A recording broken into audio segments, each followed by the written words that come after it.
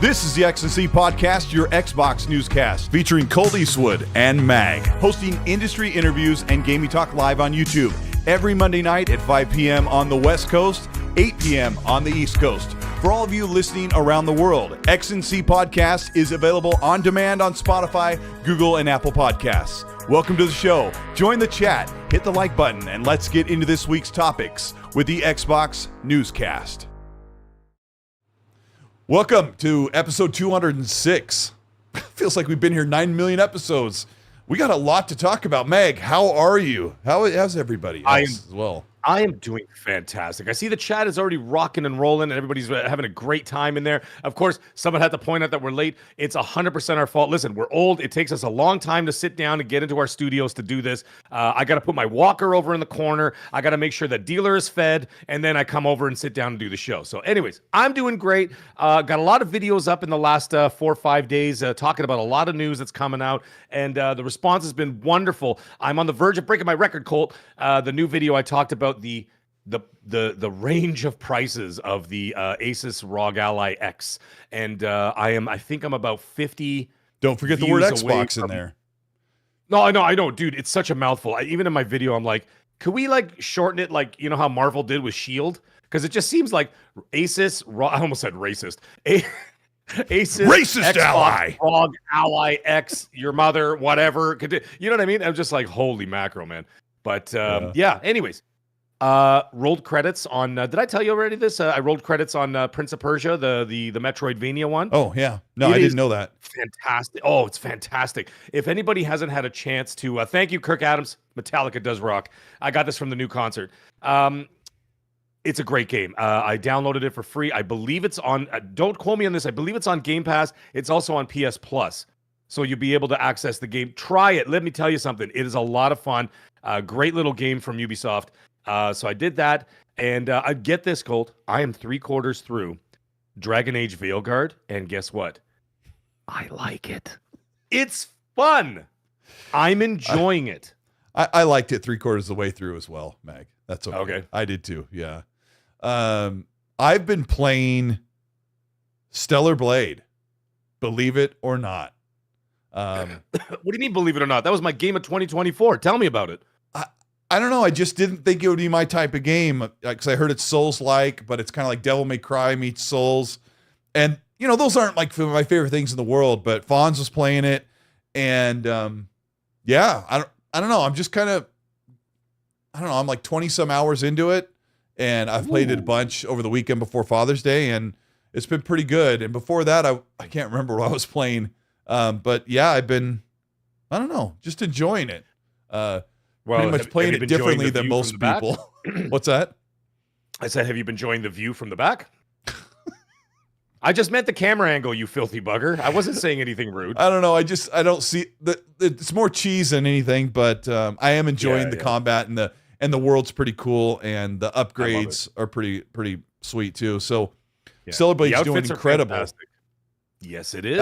One of the topics today was that Stellar Blade sold 19 times faster on PC than it did PS5, which is really crazy. There's a whole thing we're going to talk about today in the show when it comes to my sales. And yeah, that's a whole thing we're going to talk about today. But I've been playing that. I hope everybody enjoyed their Father's Day. Meg and I were chatting behind the scenes yesterday while we were eating copious amounts of cooked meats. Meg, hold on. We were buffering there for a second. Meg put up this spread on the barbecue grill that looked like he was cooking several femurs, like human femurs. It was like gigantic bone-in meat. And I'm like, oh, that's Walter from the Burbs. Yeah, it's Walter. Yeah, we have to do the zoom in and out.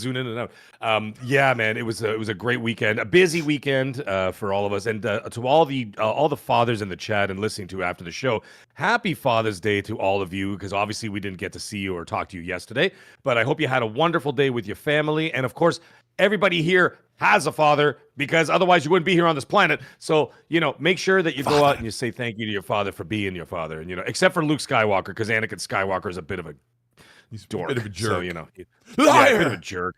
Liar. Yeah, exactly. Yeah. Should have let him cook. Yeah. I hate them.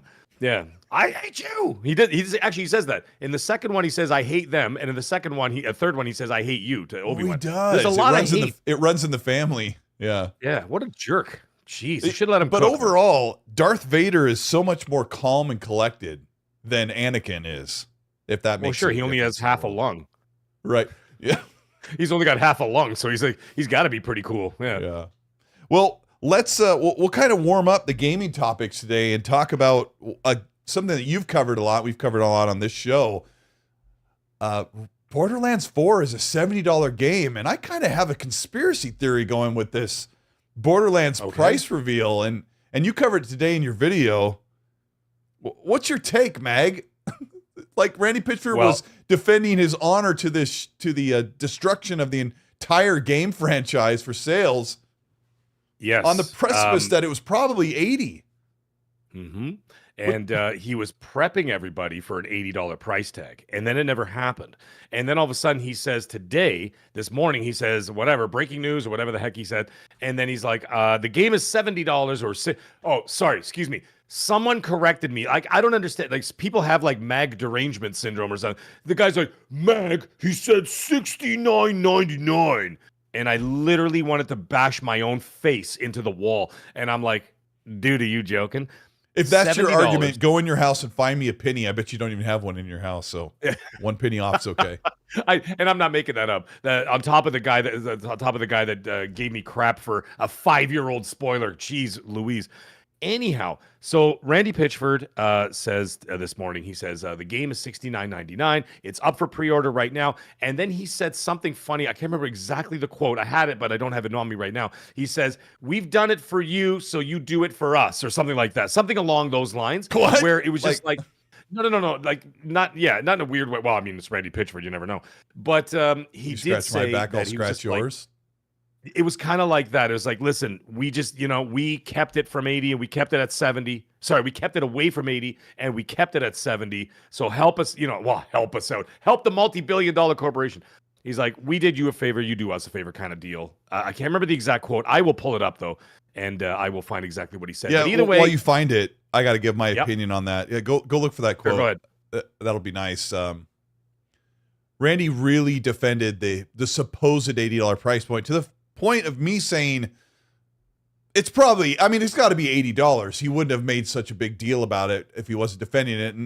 And it probably isn't his choice to make it $80. And so he had to defend his game. But I think there was a discussion that went between 2K and Gearbox and Randy Pitchford saying, we're planning on selling this thing for 80. The outfall from his comments had caused so many problems that they're thinking, because you and I talked about this like a month ago, they can sell the game for 80 and they'll still sell it because people like Borderlands, and the $10 more for every sale is going to get us this much money. And the people who are like, I refuse to pay that price, the extra $10 on all those other sales was going to be worth it. Somehow, I think along the way, Randy either said, hey, can we make this right? It's my bad. I'll take the hit. Let's bring it down to 70. I think we'll sell more copies. And 2K must have said, $70 probably does mean more copies, and overall, maybe it'll be a better health for the publisher. That's kind of what I think. People are like, there's no way they changed the price, but I think it's pretty obvious that it was 80 and there was a pivot there. Did you find the quote? Sure. And yeah, I did find it. But before you say that, I think the other reason why it was so glaringly obvious as to what was happening there, and of course them basically crawling it back, is there was such a huge difference with two 2K games coming out within 3 weeks of each other, right? You've got Mafia 4, Mafia the Old Country, coming out at, what is it, $50?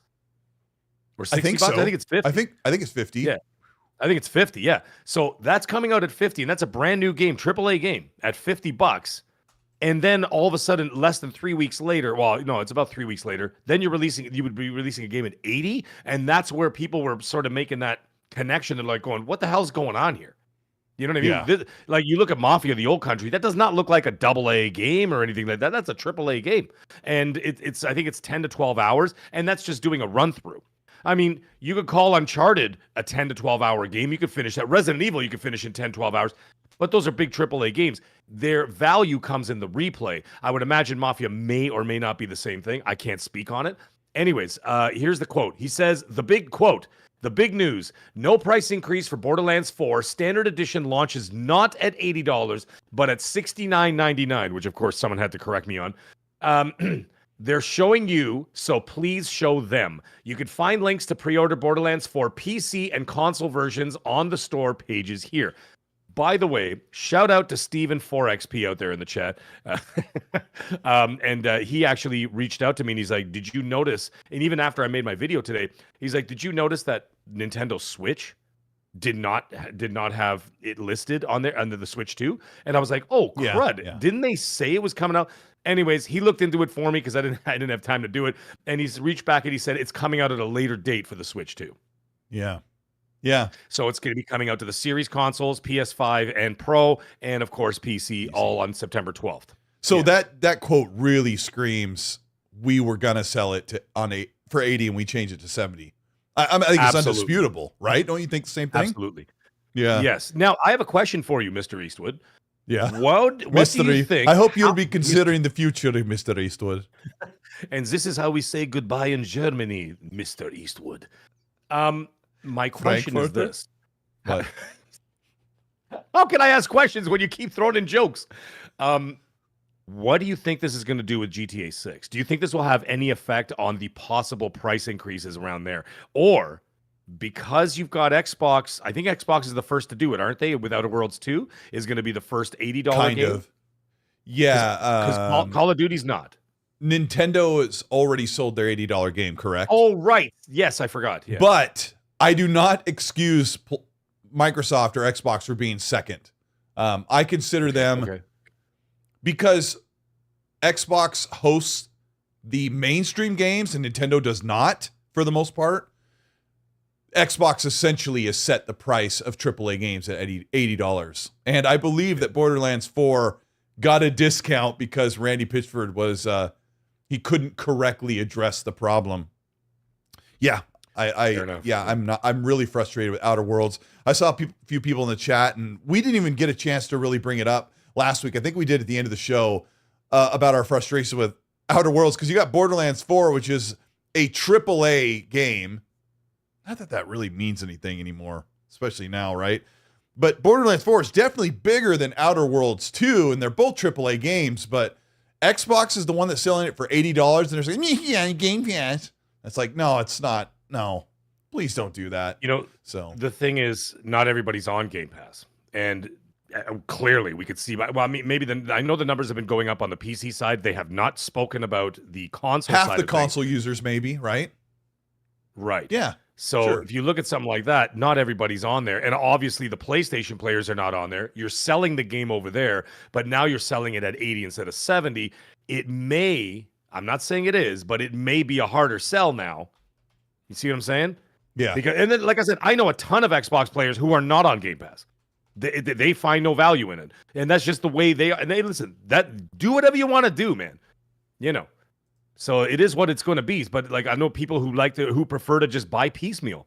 And they're like, well, I only buy a couple, three games a year, whatever. And I just buy them and whatever. Or I find one on sale for 50% off and I just buy it and that's fine. And they're like, I don't need Game Pass. I don't need this. And that's fine. The hardcore and a lot of people who are in there, obviously you're going to play Outer Worlds 2 on there. Why would you buy it for $80 if it's on the service, right? Makes sense. Same thing with PC as we see the PC numbers climbing. Right? In terms of not just PC players, but also PC Game Pass. Yeah. They sort of quietly spoke about it going up. They never gave us an exact number, but they said the numbers were moving almost exponentially at one point. Yeah, I think they said that PC Game Pass is growing faster than console. So absolutely, you and I think that console Game Pass users are kind of hit a ceiling for now, and then PC Game Pass for now because they're not selling hardware, Colt. You know, they're not selling the hardware right now. We shall see what happens with this Asus thing, whatever. But me personally, I think that if you're selling to the competition, I hate to say competition. Let's just say PS5. If you're selling to the PS5, I think $80 is a mistake. That's just me. I just think it's a mistake. I think they should just keep the games at 70 for the rest of the generation and let Nintendo do Nintendo stuff. You know what I mean? They can go do whatever the hell they want. And I don't really care. I am not buying a Switch 2 now or anytime soon. I have no desire to do so. No. I'd rather spend the $800 on quality games over the next couple of years for the rest of this generation on my other consoles than spend any money for Nintendo. They don't deserve it, in my opinion. But that's a whole other thing. I want to answer Magnum the doesn't question. want us talking about this. Who? Sorry, Magnum doesn't want us talking about Borderlands anymore. So, ladies and gentlemen, actually, welcome Magnum, we're to actually, if you look at the timestamps, if you're watching this after the fact, for the last 3 minutes, we've been on the $80 games discussion. So as we do the show, I try and set the timestamps so that they're ready by the end of the show. I want to answer a question you asked me that you went far afield from, but your original question was, Colt, what do you think this means for Grand Theft Auto 6?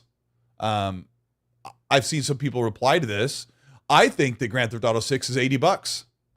2K said they're going to do more expensive games, so I think Borderlands 4 is supposed to be 80, and I think that Grand Theft Auto 6 is supposed to be 80 as well. But Borderlands 4 got a discount because of stupidity and a shortness of sightness, and I think the answer is $80 for Grand Theft Auto 6. You and I are probably still in agreement. I'll speak on my behalf, then you can follow up that. I think that if you want Grand Theft Auto Online plus the campaign at launch, it's probably $100. But if you just want the campaign, $80. And I don't think there's going to be a cheaper version than that. I just think it's either 80 or 100 or something like that. Yeah, because I mean, when they did it the first time, I know it came out. What is it? Was it 3 months? It was 2 months weeks. or a month. It was 2 weeks, I think. It was a 2 week. I thought it was like months later that the online came out. After a month GTA later was Red 5 Dead 2's online, but if I remember right. Grand Theft Auto Online was like a 2 week. They wanted people to help us out, chat, because you guys might be in the middle. It might have been a month, but I think it was just 2 weeks because they wanted you to take time to play the campaign, and some people beat it in 2 days. So anyway, I don't know. That's insanity to me. That is insanity to me. But I 100% am in agreement with you. Whether it happens, we don't know. But I could totally see them charging $80 for the game, which people will happily pay for GTA 6. And then they charge $19.99 after the fact. Or for me, it'll be $25 or whatever for the online component. And that will come out later. My guess, it'll be like coming out probably like, let's say, after the summer showcase or something. Because the game comes out in May, right? Yeah. May 26th, if I'm not mistaken. And so the game...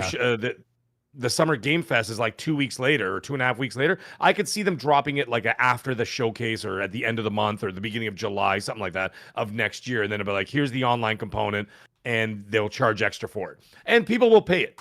And you know why people will pay it? I'll tell you why. Because if you look at the Switch 2, once again, okay, they had a tour of the console, you know the thing where it shows you like all the different features of the console, for and you $40. had to pay. You had to pay for it. Like, what is wrong with these Nintendorks? You paid for something that should have got packaged into the damn game, into the console that shows you the features of the console, and they made you pay for it. So if they made you pay for that, you bet your butt. I'll save the swearing for later. Yeah. That Take-Two is going to be charging for the online component. Noisy Mofo, I did see the Spaceballs trailer. Thank you very much. It was wonderful. But I got to tell you, Magnum, ladies and gentlemen, we have another hour and 35 minutes of Borderlands talk. We are going to continue now. We are going to start with the backstory of Borderlands 1. Colt, take it away. Hey, we both have to blush because you and I were here like 3 weeks ago going, we'll be there day one for $80, and now we're going to be there day one for 70. So thanks for saving us $10, Randy. That's right. I'm going to be there in day -1 now because it's 70. Now, someone reached out to me actually and said, Mag, what about the pre-order of the deluxe edition or whatever? By the way, the 3 price ranges are $69.99 for the standard. This is all in U.S. prices, okay? Figure out your own country in terms of conversion. So $69.99 for the base game, $99.99 for the digital deluxe, and then the Ultra Combo edition at $129.99.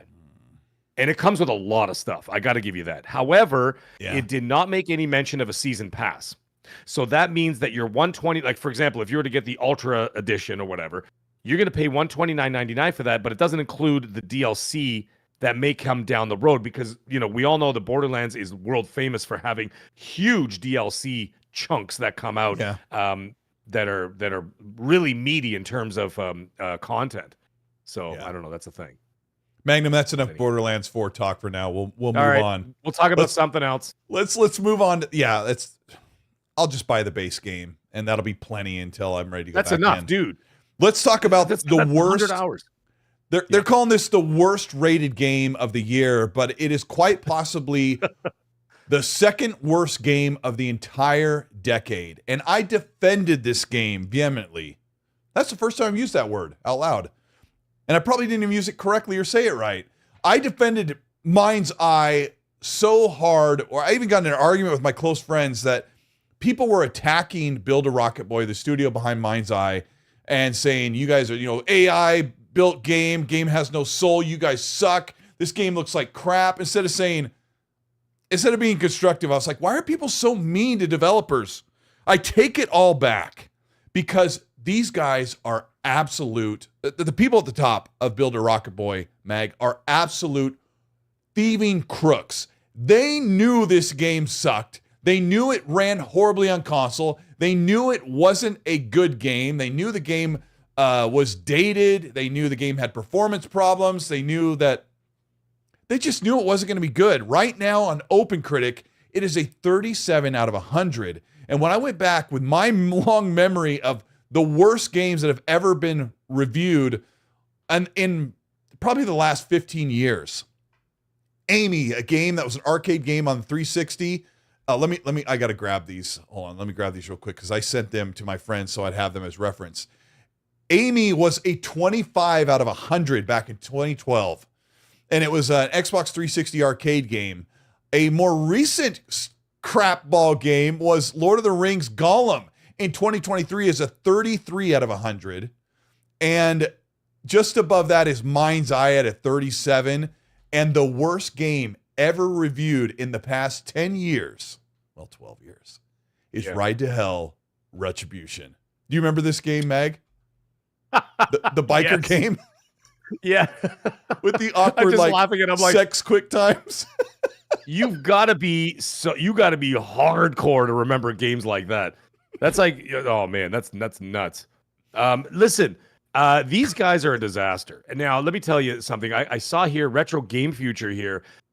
He actually posted something that the Build a Rocket Boy studio deleted his Mindseye free roam review of the game and like the footage that he put up on YouTube from version 1.0. And they got his video deleted, and then they got a strike against his channel. Like, you don't understand how incredibly, like how serious that is for a content creator to have a strike against your channel for your crappy game. And he literally says, he goes, I have done nothing. I'm sure he could fight it.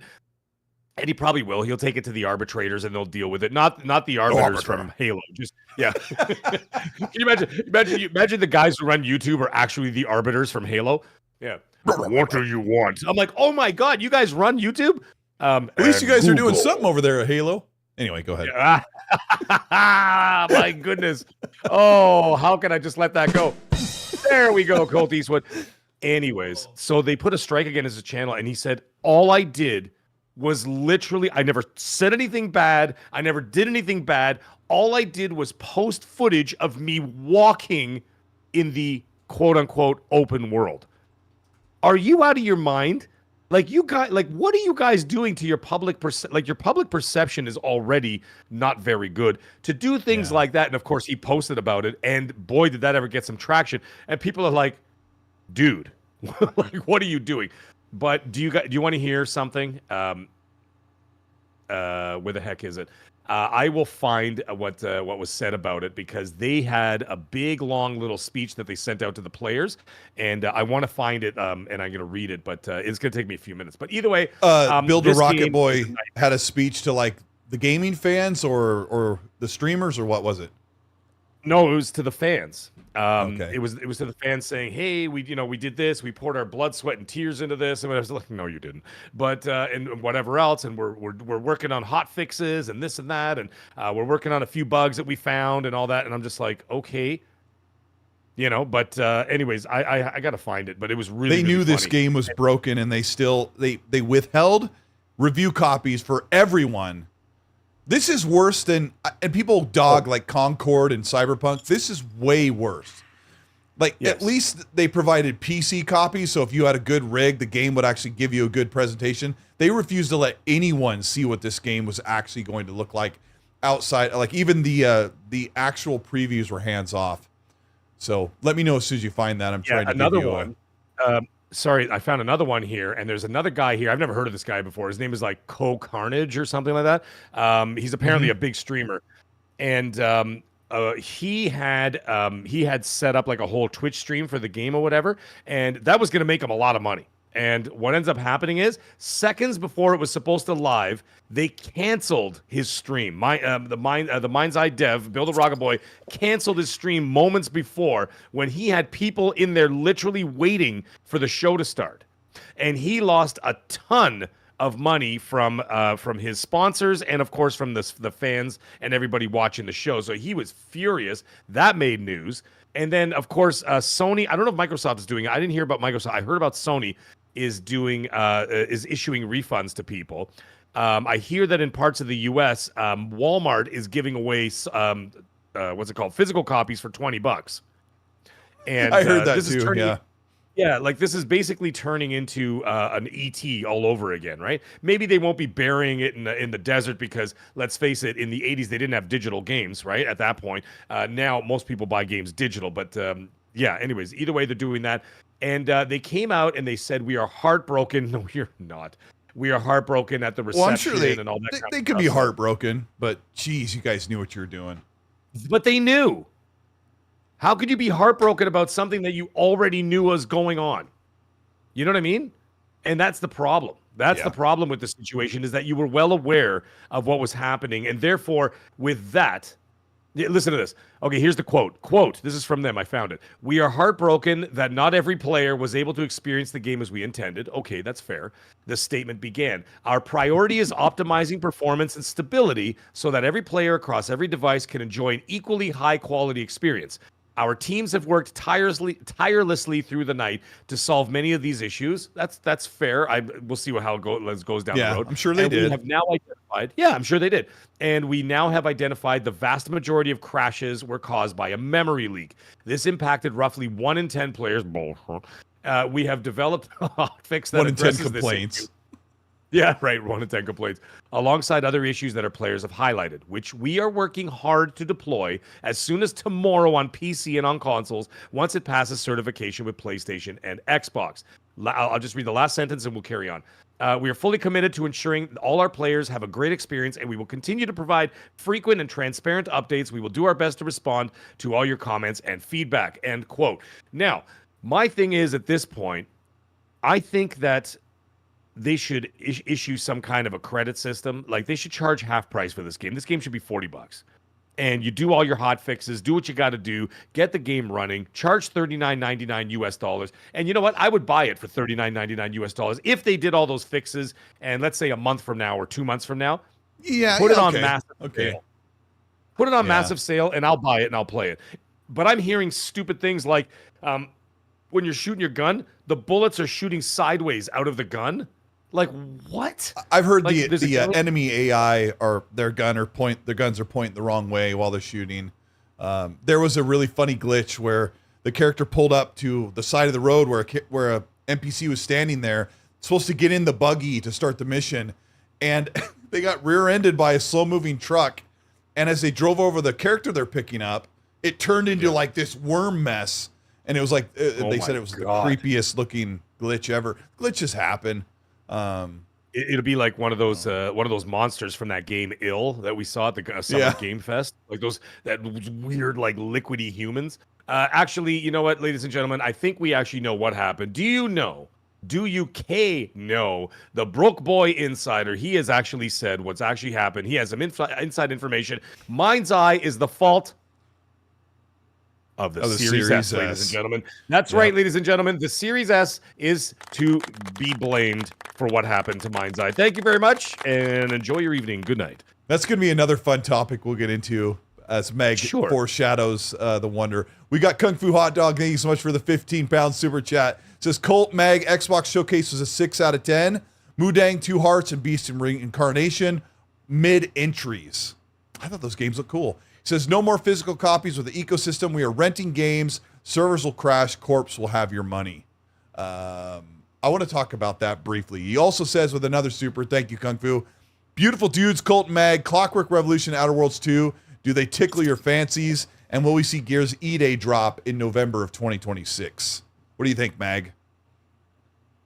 He asked many questions. I would say I'm more excited for Clockwork Revolution than Outer Worlds 2. However, I will play both, and I will give my opinions on both, but I will put in the hours in each one. But Clockwork Revolution, I'm in 100%. When that game comes out, I'm down. Outer Worlds 2, like I said, I'm on the fence because I didn't really like the first one. However, that doesn't mean that the second one's going to be bad, or in my mind. I'm going to sit down and play it, and we'll see. You never know. You never know. It might grab me, right? Yeah, it might grab me. I'll be like, oh my God. The first one was mediocre to me personally. Okay, before anybody gets wild. And I'd be like, this second one's awesome. So yeah, I'll play both. Now, as for Gears E-Day, no. I think Gears E-Day is going to be coming out before that. Unless there's something going on. Do you think Gears E-Day would be a late summer, or do you think they're shooting for early spring? Well, I shouldn't say that because I always forget that means different things to different countries. Do you think that Gears E-Day is closer to the first half of the year or just after this first half of the year? That's what I should say.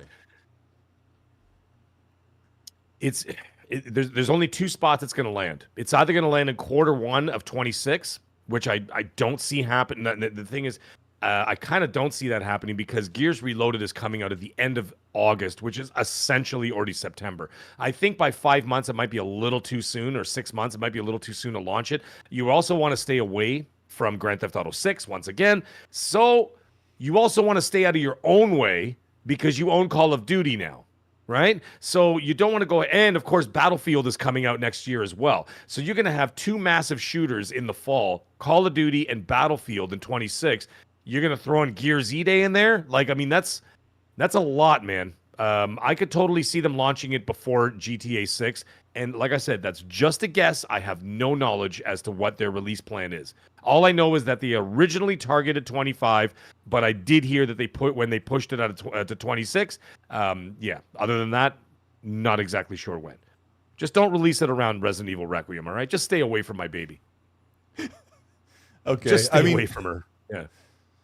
I just can't imagine, to answer Kung Fu, I can't imagine Gears E-Day coming out early in the year. I think they would probably push it for later in the year, but Mag makes a good point. They have a lot of games to watch out for. We don't know yet, but I do think Gears E-Day we're probably gonna see Gears E-Day at the Developer Direct, so we can look forward to that. One out of order I got to read here is Sure. Jeez, so much stuff going on, it's crazy. Is Luke Amali, thank you so much for Australian 5. See, it's a good thing I said I didn't distinguish spring and summer because their seasons are switched from my perspective. He says, Sure, Mag, Mindseye, stream it anyway. You won't. I mean, he would. He totally would stream it. It'd be a train wreck. Oh, man, you know, the thing is, if it does go on sale, then I will fix it. And I will get in there and I'll play it. Gamer's Destiny, thank you very much. I did not notice that. Apparently, no. Yeah. Sorry. He's talking about my video earlier today about the prices of Borderlands 4. He goes, I watched the video. When I scroll down, it says $59.99, but that's euro. So that I'm talking about US prices is $69.99, $99.99, and $129.99. This is in US dollars. I'm not even an American citizen.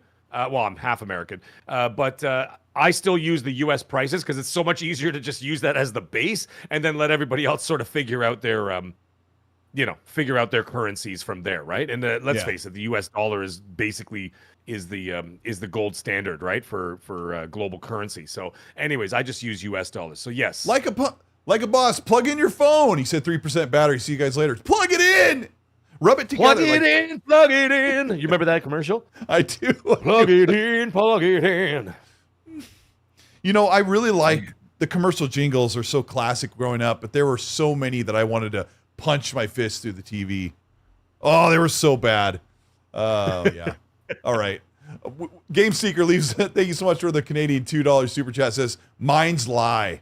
Facts. Yeah. Ooh, that's a nice word. That's a nice way to phrase that. Fantastic. Let me tell you something. Yep, go ahead. He says, Mag, did you like that pic of Lady D? I met her too. Oh, dude. It wasn't the actress. It was the actual character he sent me a picture of, and she was wearing lingerie, and I was just, that's it. I literally stared at my phone. Was it a for about 8 cosplay? minutes.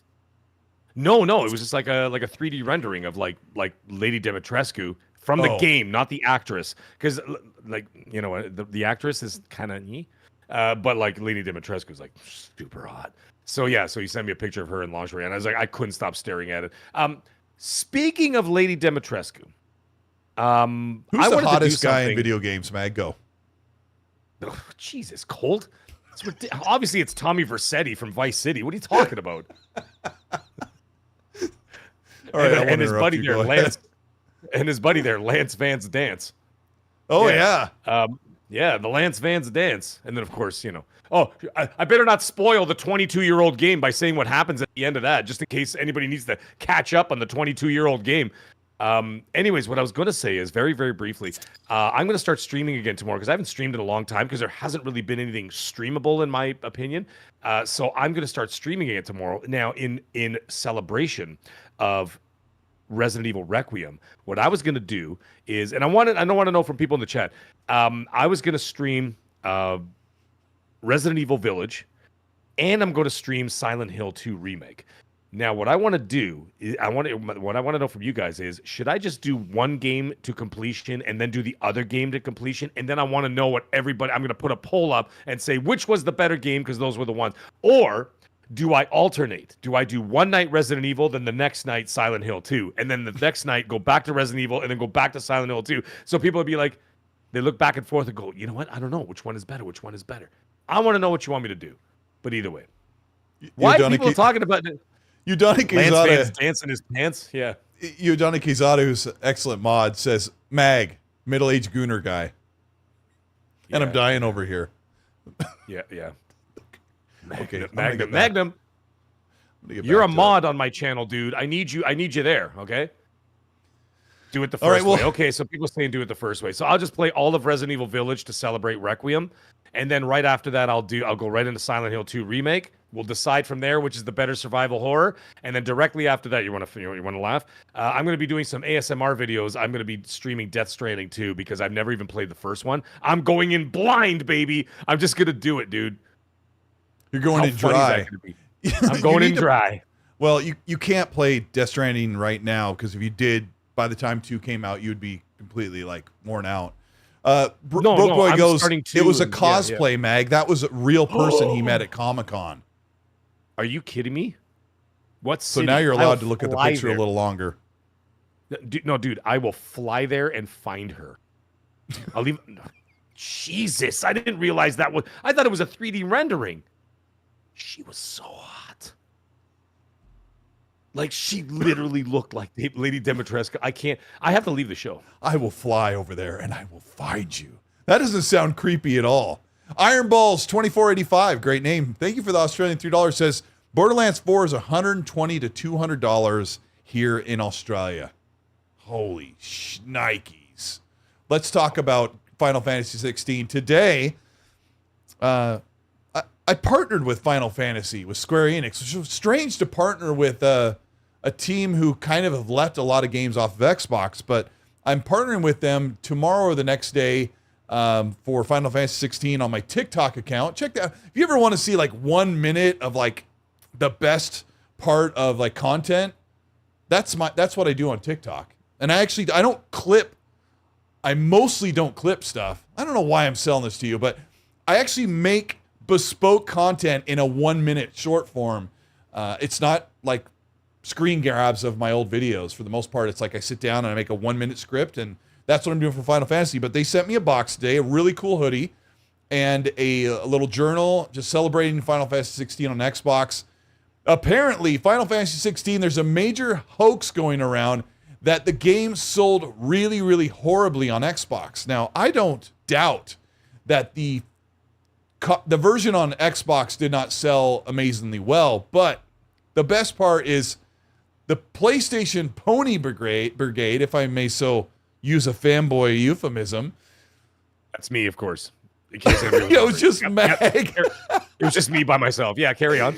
They wanted to know how well it did on Xbox, so they went and looked at how many user reviews are on the console, of a game that's been out a couple of days on Xbox Series S and X, and they compared it against PlayStation, a game that has been out on the console for 2 years. And they said, well, according to the small number of reviews, you associate that with how many sales. They must have done like a proportions calculation. Sorry, buffer for a minute there. They must have done a proportion calculation where you say this many reviews, this many sales on PlayStation, there's this many reviews over X, and solve for the equation, do a little algebra. These PlayStation fanboys, they use this as like a definitive answer of this is how horribly we think that Final Fantasy 16 did on Xbox. I don't know how many days the game's been out. I think it's only been let me just Google it. Gosh dang it. Because I've been so busy. Google. I've been so busy working on like this TikTok plus other videos. I have a brand new video coming out tomorrow. Meg and I have been busting our butts. Let me get the release date. Oops, that's on Xbox. Sorry, I hate to do this during the show. I just didn't think that I would have to. It's all good. It's all good. Well, you can look it up and I'll talk about it briefly. Oh, no, you found Where's the answer? So it's June 22nd, 2 years ago on PlayStation. Okay, so it's almost 2 years to the week, essentially. I heard while you're looking where's the release date? Well, while Colt is looking that up, folks, I'll say this, is that it's what I read and what I heard from multiple sources, not my sources, just I saw online. They were saying that it sold 22,000 copies. That's the thing that's coming from the... Sorry about the white screen on my face. That's... Where is the release? You sons of guns. It doesn't even say on Xbox Wire. Is somebody written in the chat while I'm being a doof? Yeah, see if someone else can find it out, because I got 3 screens going here and I can't pull up a 4th screen. No, June 22nd, literal table. June 22nd is 2023. That's the PS5 release. We want to know. Right. It shadow. Yeah, that's right. Thank you, Chris. I forgot it. Shadow dropped. It shadow dropped at it's been out showcase. like 8 days. It's been out like 8 days. So you're essentially this guy was taking. I won't even bother looking up the guy who did it, but he took the amount of user reviews on a game that very few have probably finished if it's only been out 7 or 8 days to review it, compared to all the reviews of a game that's been on PS5 for 2 years. What is that? What is 2 years? 600 plus days compared to 8 days? You cannot get any dumber than the PlayStation diehard fanboy. Oh, I love it. Yodani goes, it was probably Nib, GPT. No, it wasn't. That's insulting to me. Thank you very much. Because it was me that was spreading that rumor. Anyways, joking aside. I'm sure it didn't do very well, but come on. Yeah. Yeah. Now, the thing is, it scored well. It did well with I bought the game. I haven't finished the game because I can't get through it. And that was my thing. I couldn't get through the demo. Can't get through it. Dude, I can't get through it because it's just too much talking. It is just too much talking. It is insane. The amount of you literally take. Remember, I was talking about this like a month ago, and I'm like, I can't finish this effing game. I'm like, I take 8 steps, and it's another 20 minutes of cutscenes, and then I literally take 8 steps. I kill a bird, and then it's another 30 minutes of cutscenes, and I'm like, oh my god. Is it like this, Mag? Let me play the game. Yeah. Here's Final Fantasies. Here's Final Fantasies like cutscenes in a nutshell. You're like, like the other all talk like, but the guy looks like he's all girly and he has a voice like, I'll tell you what I'm gonna do. Yeah. I have a sword. All right, that's enough of that. Those socks weren't even clean. No, I'm just kidding. Oh my god, that's horrifying. The thing is that I did say someone reached out to me. They're like, "Oh, you mean the cutscene simulator?" And 22 hours of cutscenes. 22 hours, dude. I wasn't kidding when I was busting just busting a gut laughing when the guy said that to me. He goes, "Oh, you mean the cutscene simulator?" And I was like, "Oh my god, that's exactly what it is." And it got to a point where I was like, "All right, I just want to get through this effing story." So I brought my free weights into the arcade here, and while the cutscenes were on, I would just do my reps and just while I'm watching the baby blue and the pink. Dude, I was almost the size of the Ultimate Warrior by the time I got through Act 1 because it was just there's nothing to do. The funny thing is I started, and I only played about 2 hours because I just wanted to check it out because I'm in the middle of Dragon Age Veilguard. I'm almost done that. I actually started Final Fantasy VII Rebirth to see what it's like. I'm like, let's see what it's like compared to 16. Way better. And way better. It is literally a game. Like you're playing a game. I'm like, oh my God, I get to walk around and do stuff instead of the cutscenes. And the cutscenes that did happen in Final Fantasy VII Rebirth are actually really good. Final Fantasy 16 is a giant pile of ass trash compared to that. And okay, I'm not surprised. I'm gonna tip the scale the other direction because, and you said this earlier, Final Fantasy 16 is really highly rated, but the discourse around the game was it's not the greatest. In fact, I think people might have preferred 15 more than this one, if I remember the way that people spoke about it. Dude, 15 was bad. I liked the open world, but I don't know. It's difficult for me. The styling of Final Fantasy is kind of tough on like my culture or the way that I don't. That style is just kind of off-putting in a way. Stellar Blade has kind of got some of that. That's like really. It comes off as corny to me, but the combat's really good. Still 90% like gameplay and 10% cutscenes. I think like, their bouts scored the same too, aren't they? Did they really? I think they are. They're like they're like a mid 80 game, if I remember right. But we were mocking, of course, and I'm going to double down again that I'm sure that Final Fantasy 16 is not selling really well because it's 2 years old. It's not really generally word of mouth spoken as a must play. And I think that's fair to say. It was shadow dropped. Yeah, you're not wrong. You had to wait for it on Xbox. Interestingly enough, all of the mainline Final Fantasy games are available only on Xbox Series consoles. You can't get that on PlayStation because they're abysmal back compat. But I don't know. It's kind of a tough thing. Shadow dropping isn't a real good idea. I'll say this: if the Final Fantasy VII remaster and rebirth don't do well, then that's more of an Xbox problem.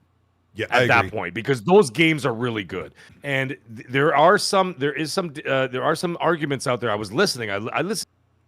So I was listening to some other shows, and they were saying, well, there also is a bit of conditioning with not all of them, but with the Xbox fan base, that a lot of them are conditioned with Game Pass, saying, well, I'm not going to buy this. You know, I usually get I get my content on Game Pass or whatever else, and therefore sales of numbers are down. Also, on top of the fact that there's not so much the hardware is like what 20% of what, let's say, PlayStation has out there in terms of numbers. Well, let's say 25%.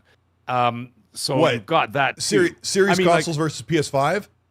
Yeah. So I'm saying like the amount that are in the wild. It's a little bit it's almost half. There's almost half as many. I think there's really. We don't know. There's like 38. I was thinking of the sales. I was thinking of the sales. I remember when they were talking about the sales 4-1, 5-1, whatever. Sorry, not the numbers.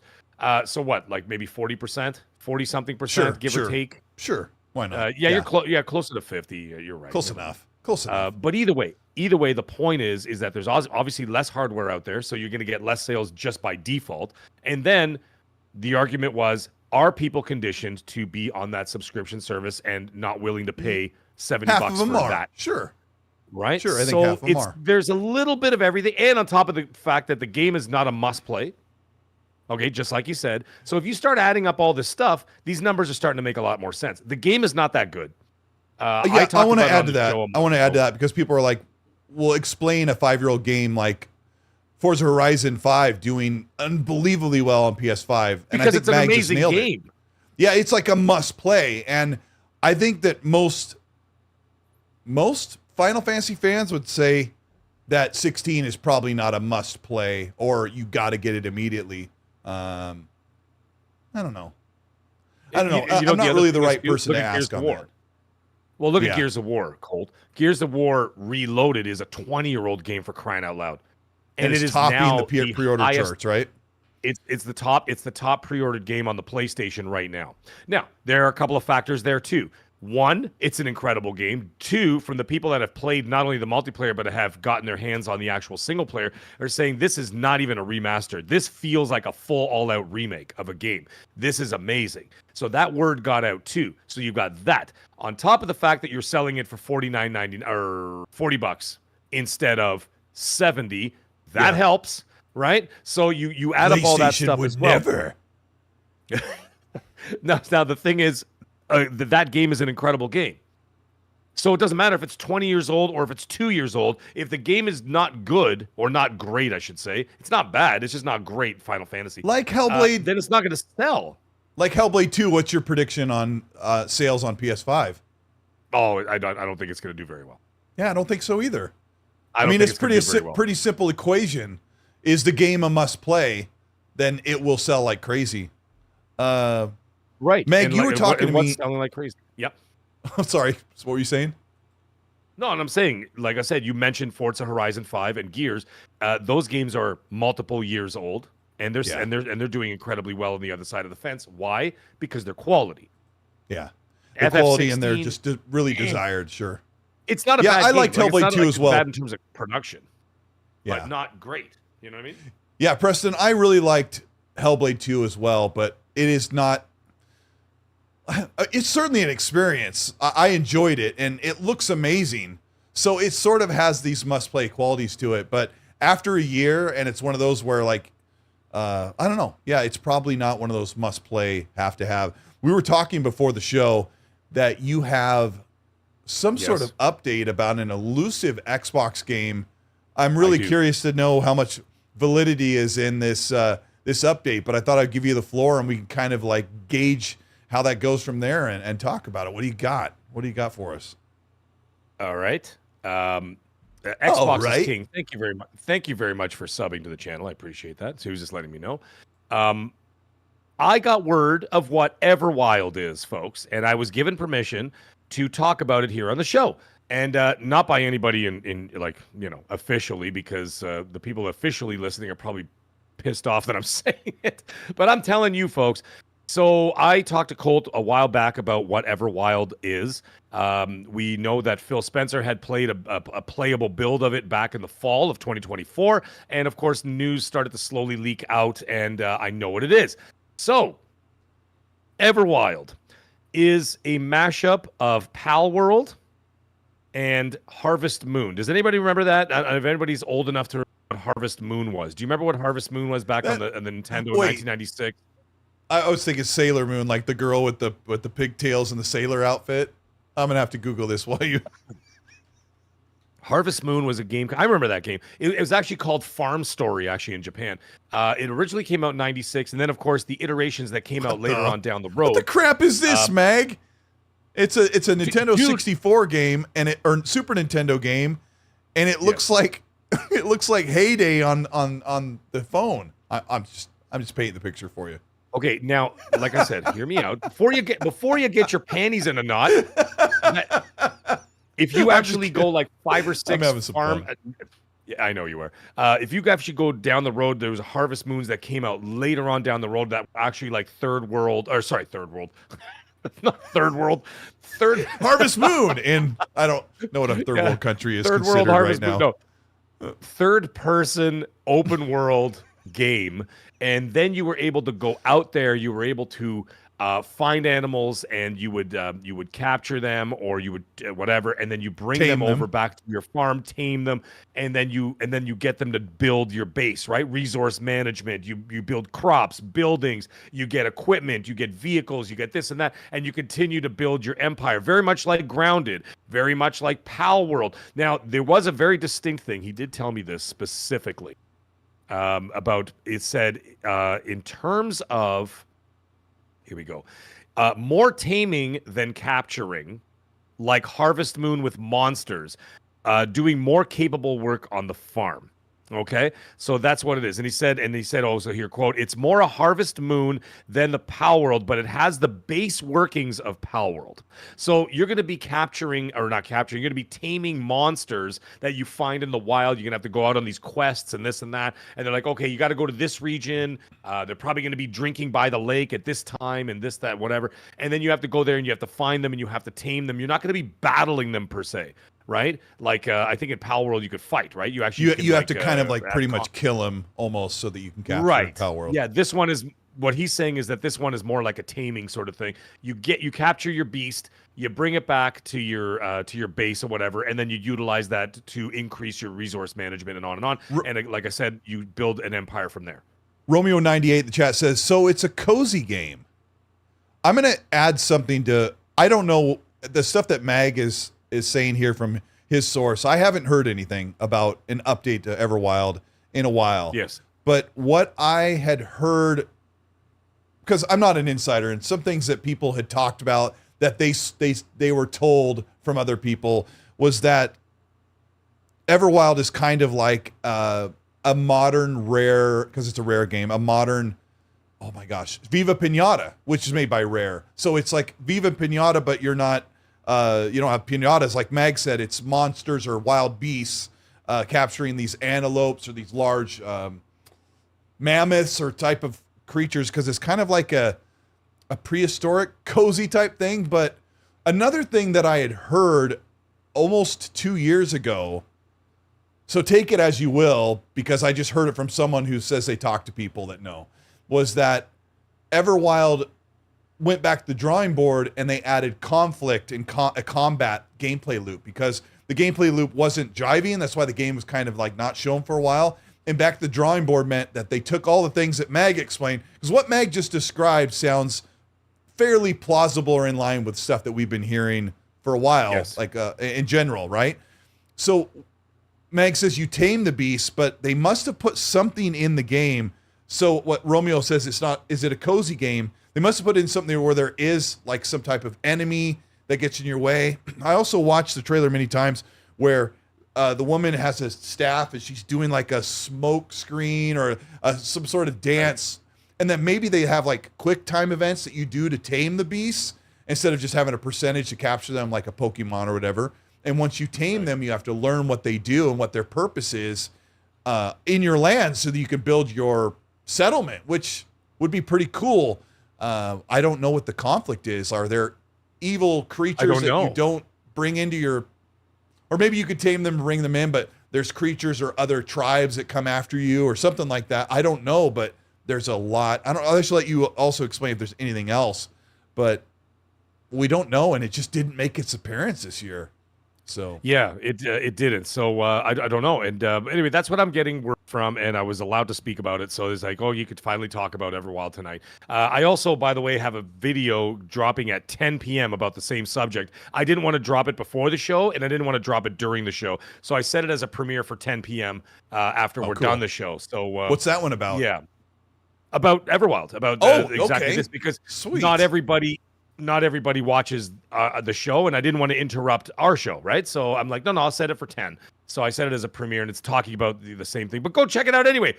Hit the like button. Help me out. So, is there anything? Is there anything of Everwild that piques your interest, or is there not some really parts that you're not? Nah, I'll stop your sentence before you continue. Not really. It's not my jam. I'm not really into that stuff. I'm not really into resource management games, survival horror and survival games where I'm like, okay, well, let me conserve ammo and stuff like that, but I'm certainly not into base building.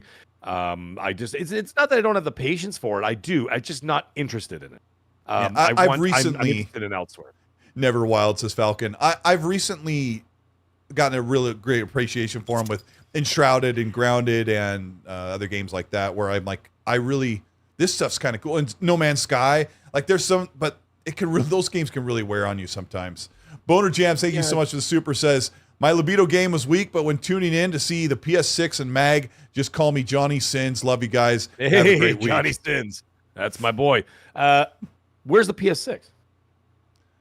The PS6, according to, according to Kepler, who is a well-respected leaker when it comes to AMD hardware chipsets, says that at the end of this year at the TSMC, where they manufacture the chipsets, the big wafers, that they are beginning production for the upcoming PS6, which means they'll probably reveal it next year at their showcase or state of play or their public, whatever they do. And then PS6 will be a reality at the end of 2027.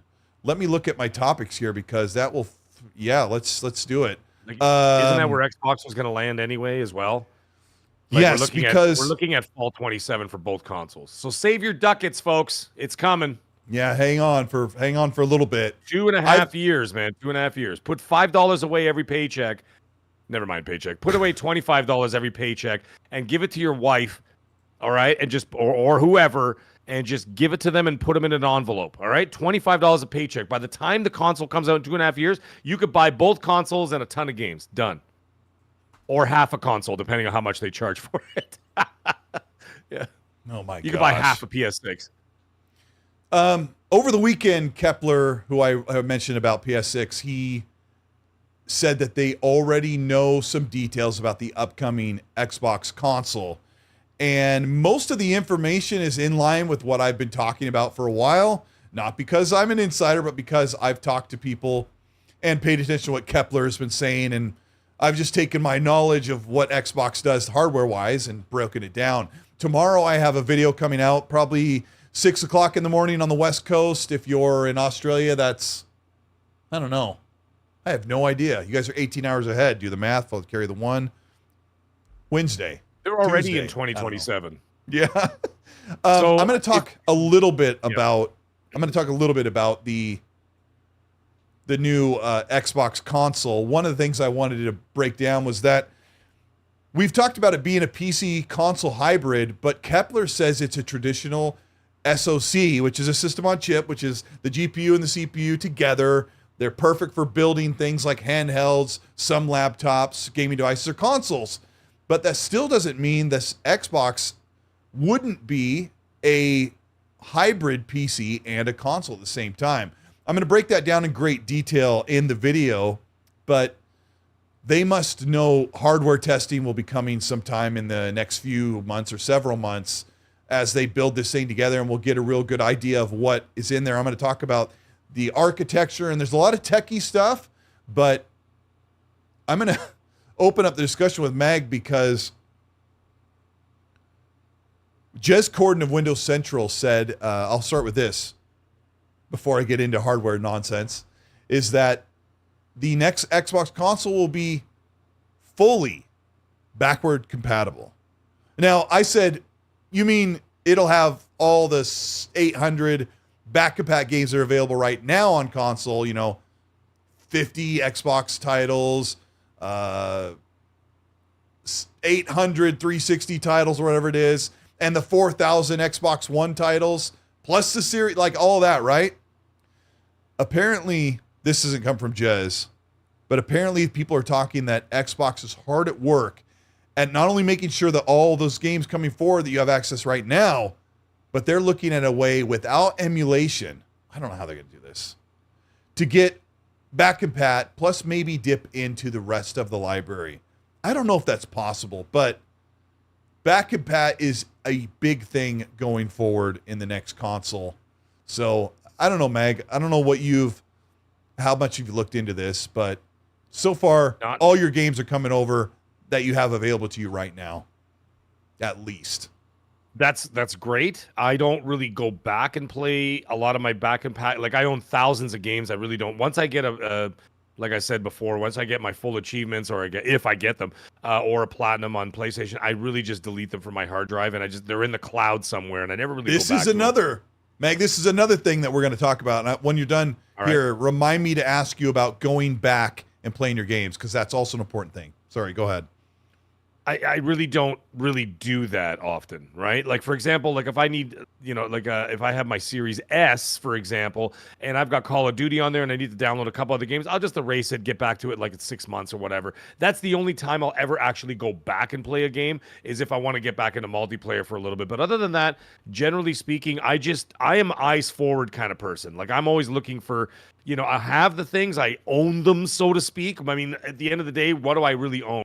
I own a bunch of tiles, right? So I own a bunch of tiles with some access to them. To me, it's not that important. Some people it is. Some people it is very important. But you're asking me specifically. To me, it's not that big of a deal.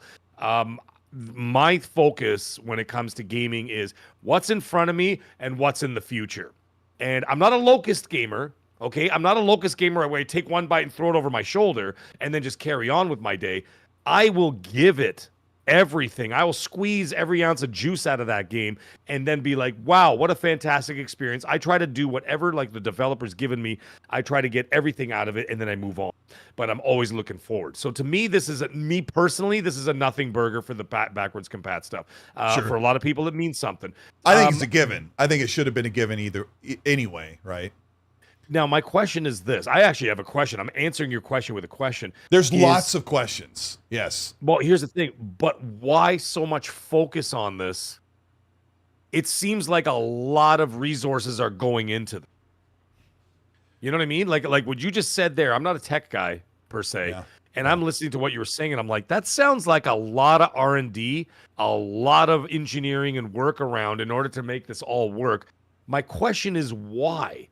Are that many people going back to these old titles? This is what I'm like literally just no, they probably curious. aren't, but it's an insight into Xbox's ability to give you far more games when you choose to be on Xbox. Because you and I have said on the show, we expect the next Xbox console to probably top out at like 15 or 20 million sales. Like that diminishing return of people continuing to stay on Xbox when they've told you don't need one. But Mark Anderson asked in the chat, will it play PlayStation games? I still believe that it is very possible that the next Xbox is a traditional console with Windows 11 integration, which means you will have access to download the Steam app, Epic, GOG, Ubisoft, EA Play, and the Xbox PC app.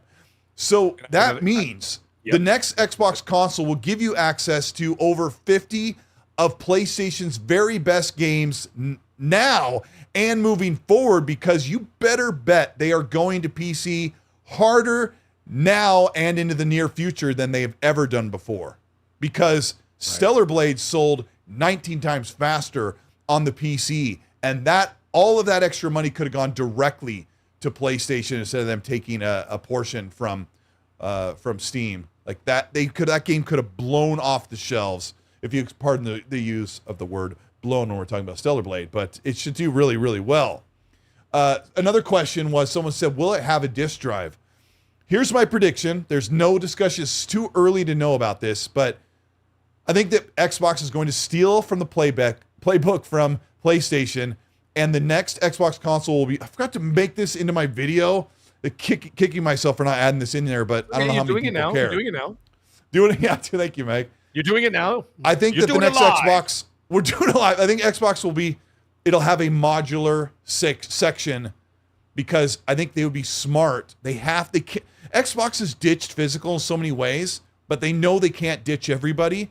So the best thing to do is the PS6 and the next Xbox in 2027 will not come with a disk drive by default, but it will take a disk drive. And PlayStation has it set up right now where they can design that little corner of the PS6 to take the existing disk drive, slap it in there for the people who want to spend $80 or $100 to do that. Xbox is going to have to steal from that playbook, and they'll just probably charge more because Xbox charges more for everything. But there'll be a modular option, because like you and I have talked about, Mag, we've talked to so many people in this community who have pictures of their entire back wall loaded full of green and blue game cases. And you can't just leave those people behind. So no, you can't.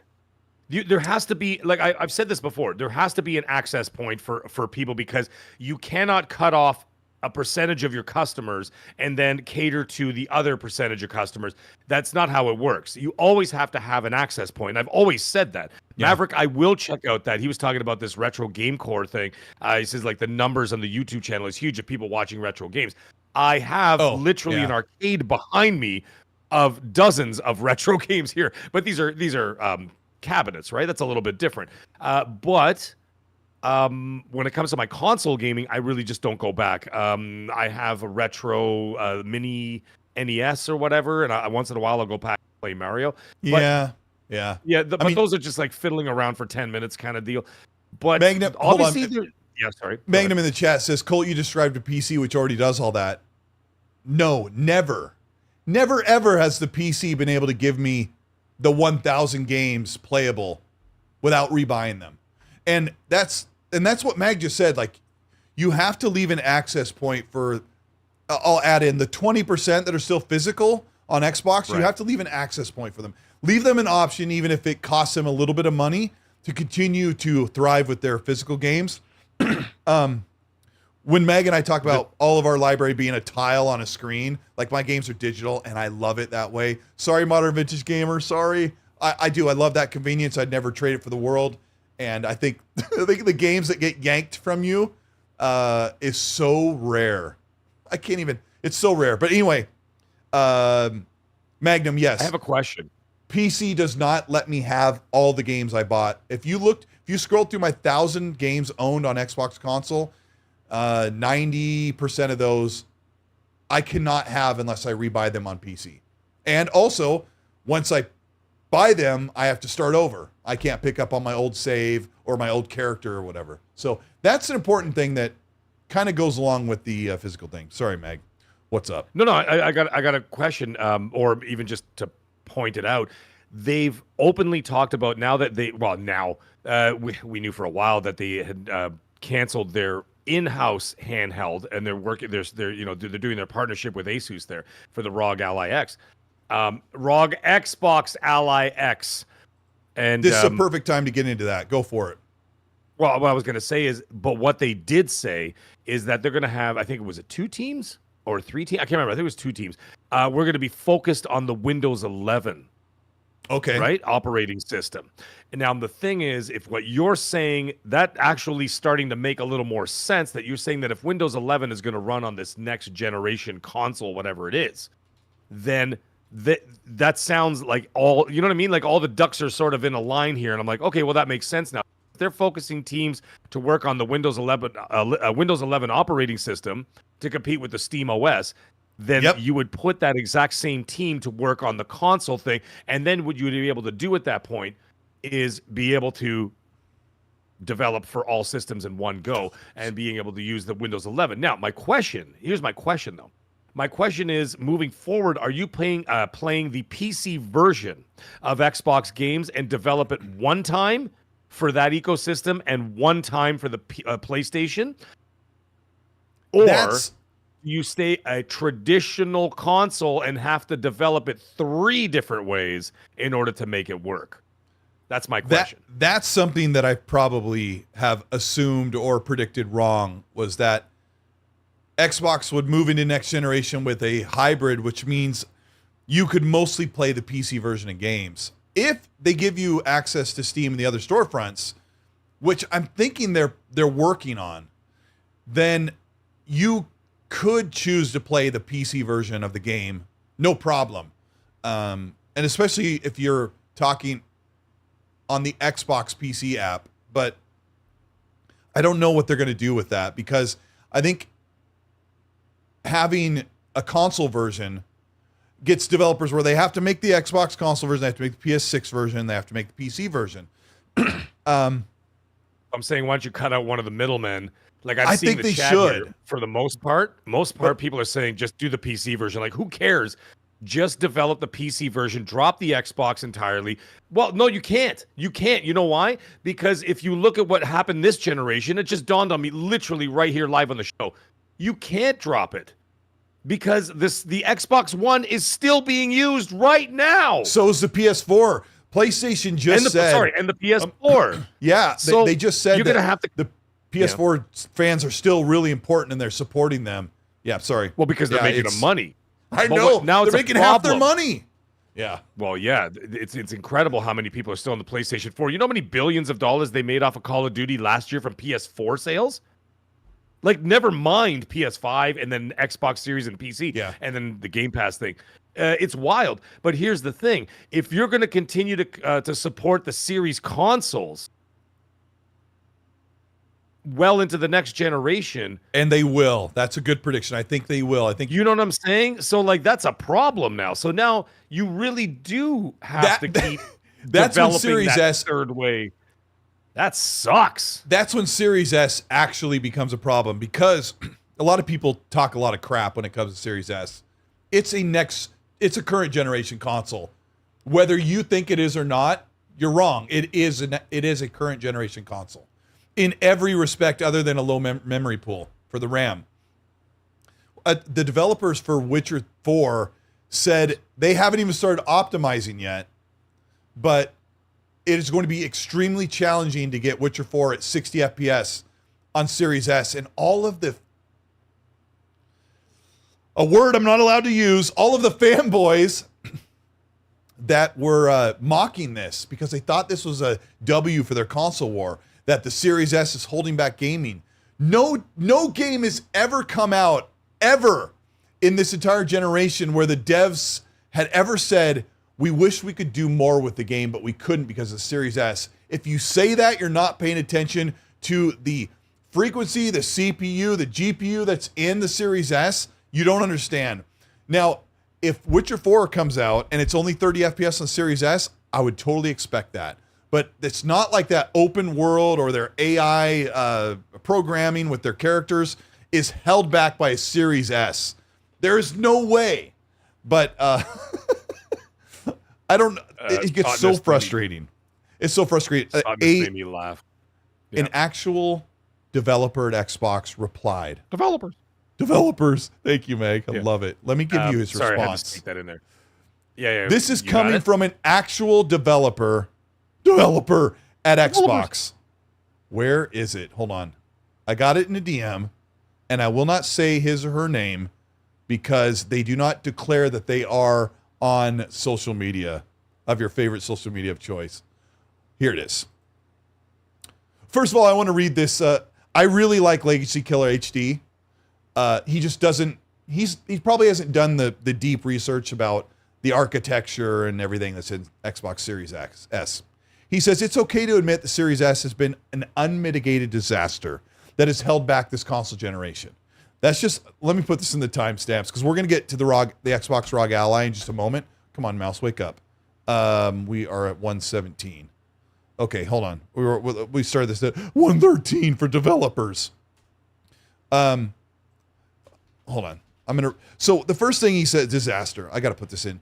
Thank you guys for being patient. I do this on the fly so that you do not have to wait for timestamps because we work for you. Legacy Killer HD said it's okay to admit the Series S has been an unmitigated disaster and has held back this console generation. That's his first sentence. He only has two.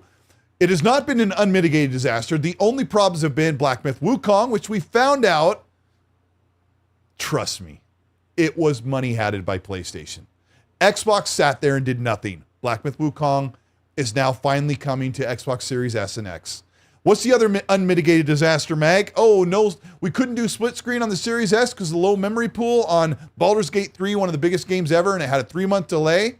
So out of the 4,000 games that have come out this generation, those two examples constitute an unmitigated disaster this generation. Here's the second statement. So many devs this past few years have been vocal about their frustration. Five developers, which were all very small support studios. He says, having to work around the constraints of a budget generation console. Okay, that's Legacy Killer's comment. I don't have a problem with the dude. I like his content. It's fine. He just hasn't done the research. This Xbox employee said, quote, effing stop. It's almost 5 years old now and was designed to be a minimum spec. It's had a good run. It has more RAM and a better GPU than PS4 Pro, which most games could probably run on a PS4 Pro these days as well as anyway. He says, combined with a fast SSD and better CPU than the PS5. Now, I got so much crap back in the day for saying that the CPU is more capable in the Series S than the PS5 because fanboys look at resolution paired with frame rate and they're like, there's no way. But it has a better CPU. He says, quote, some devs have grumbled, but the games that have run on Xbox Series S prove that it's a skill issue. This sounds kind of harsh. He said, when GTA 6 runs on it next year, which is going to be the most demanding game ever made, and every Xbox Series S owner can play it, you will stop the hate campaign, ? Let people enjoy video games on their hardware of choice. Mag, I said a lot. What do you think about that statement? That was a lot to take in. Where I stand on it, I have a Series S right here. And I utilize it once in a while because I like to do comparisons. I mean, I don't do comparison videos. I just do comparisons for myself. Yeah, like visual. I'll run Indiana Jones or Doom or whatever. I ran, like, some of the games run, like, you wouldn't really notice the difference. Like, I play Call of Duty once in a while because I keep the Series S in my studio, this studio here, when I do my stuff. Sometimes I play Call of Duty on that. Runs like a dream. Mind you, that also runs last generation games. I'm not a tech guy, so I'm not going to dive into the tech stuff. I'm just going to tell you what I've seen with my own eyes. Okay. I've seen some games run like Oblivion. Arsenic. Oblivion ran horribly on the Series S. It was like, it looked like he was doing like the robot from the 80s. Like, I'll be a freakazoid, somebody wind me up. And I'm like, what is happening? Back on the Series X, beautiful, chef's kiss, right? So no problem. But that was Indy Jones ran beautifully on there. South of Midnight ran incredibly on there. Doom, The Dark Ages ran incredible. So what I'm seeing with my own eyes, and I don't buy third party on Xbox anymore because I game share with my wife on PlayStation because she's a pony, hardcore pony. So I'm only like partial pony. So anyways, all those games ran incredibly well except for Oblivion. So How I'm do they looking at it look, going, though? I don't really see. No, they look fine. They look great. I got that the big fancy monitor.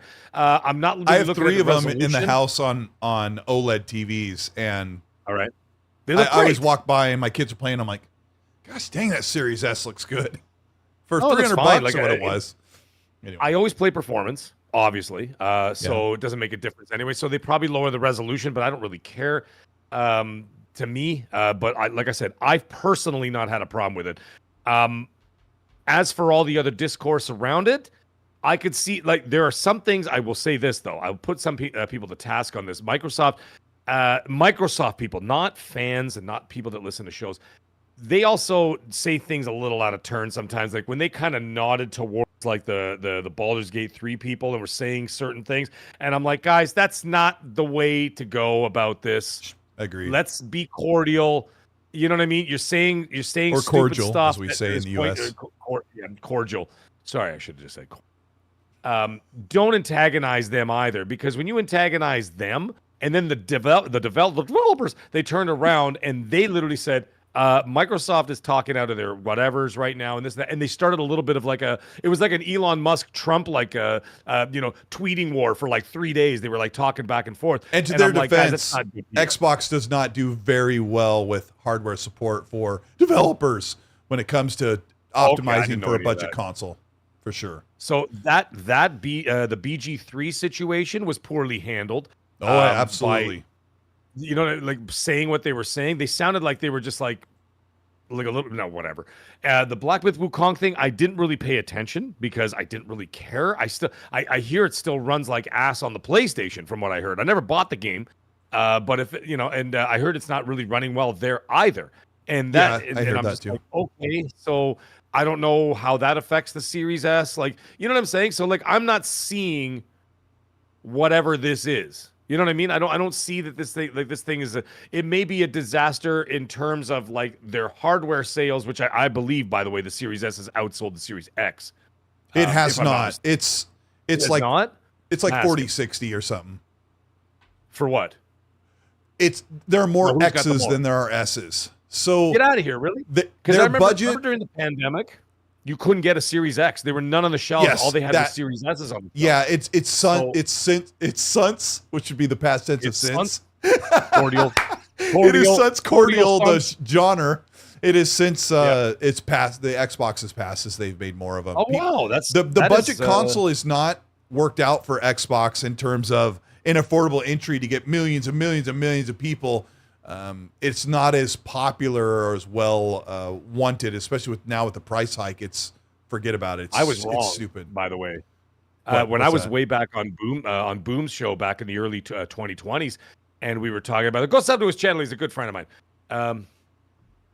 We were talking about that, and I said the Series S, based on the price point alone, is going to sell tens of millions. Like, it's just going to fly off the shelf. Oh, I thought it would too. I thought it would too. And it didn't. And I'm actually shocked to find the Series X outsold it. So I'm like, wow. Someone else in the chat here, I can't remember because the chat was flying by so fast.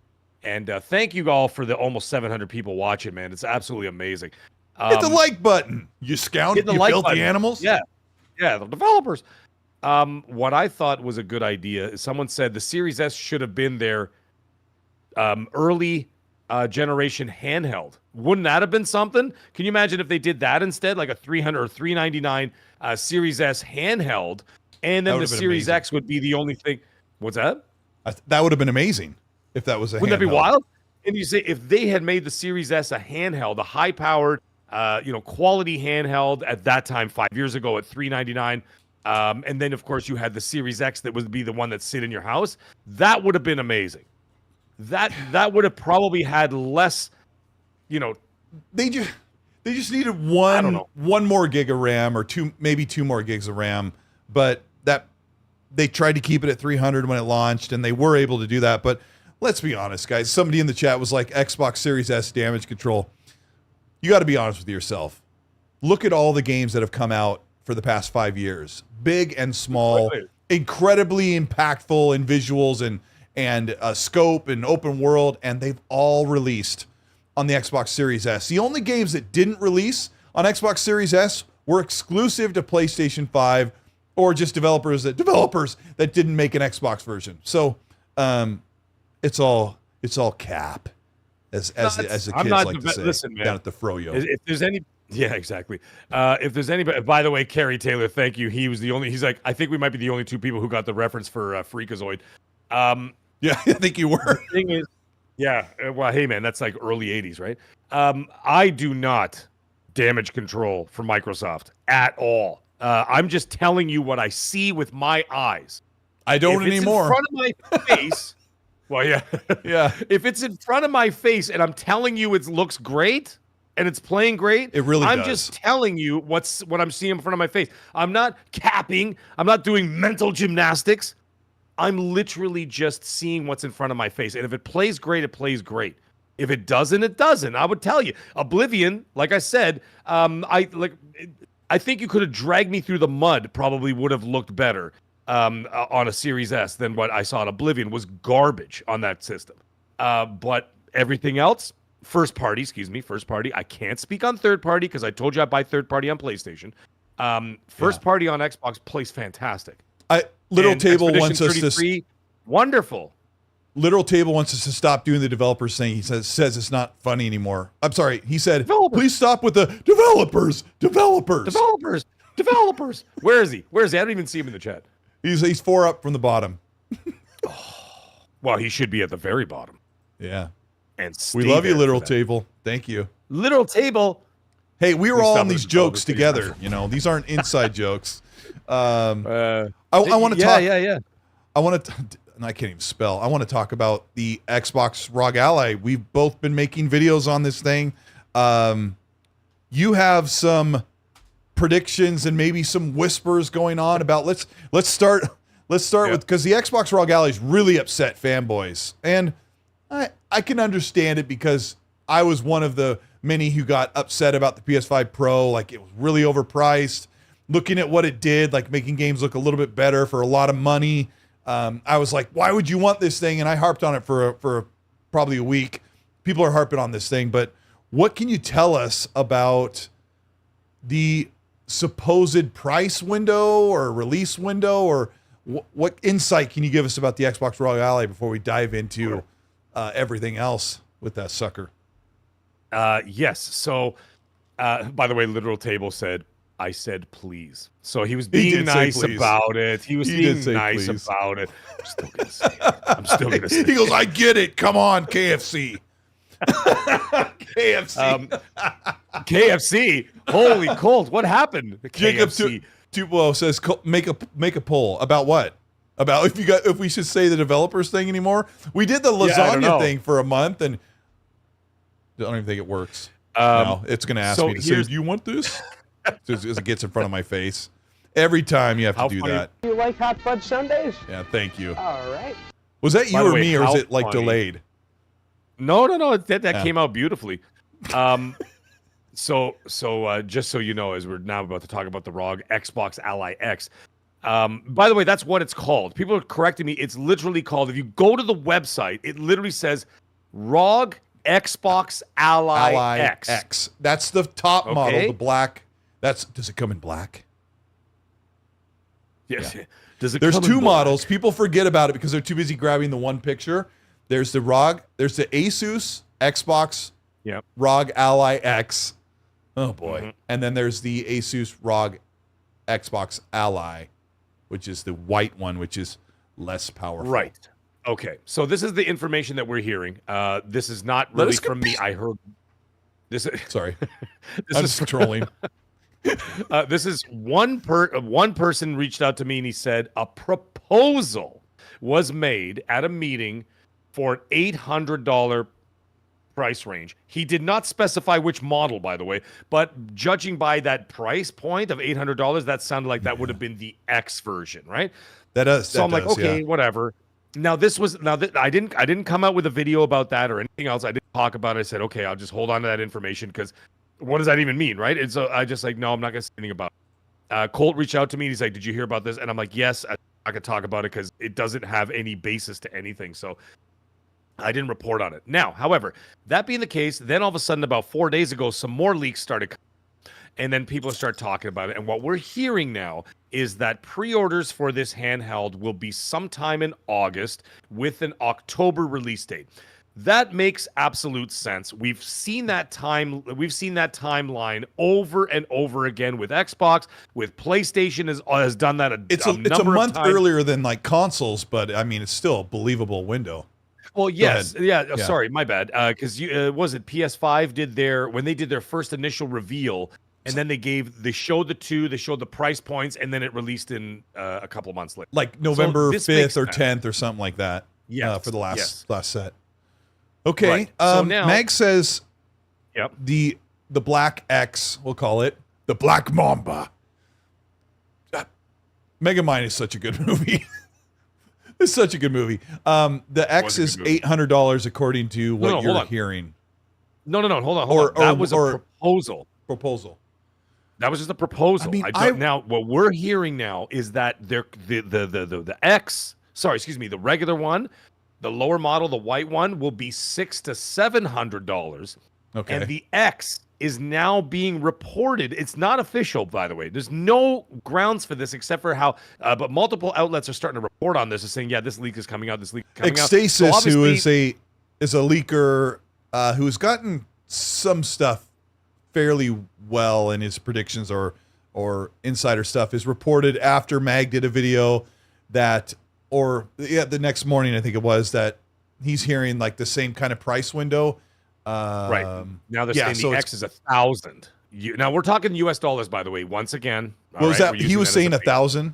Yeah. And nobody knows, I don't think. For the X. No. And like I said, I heard the proposal for 8.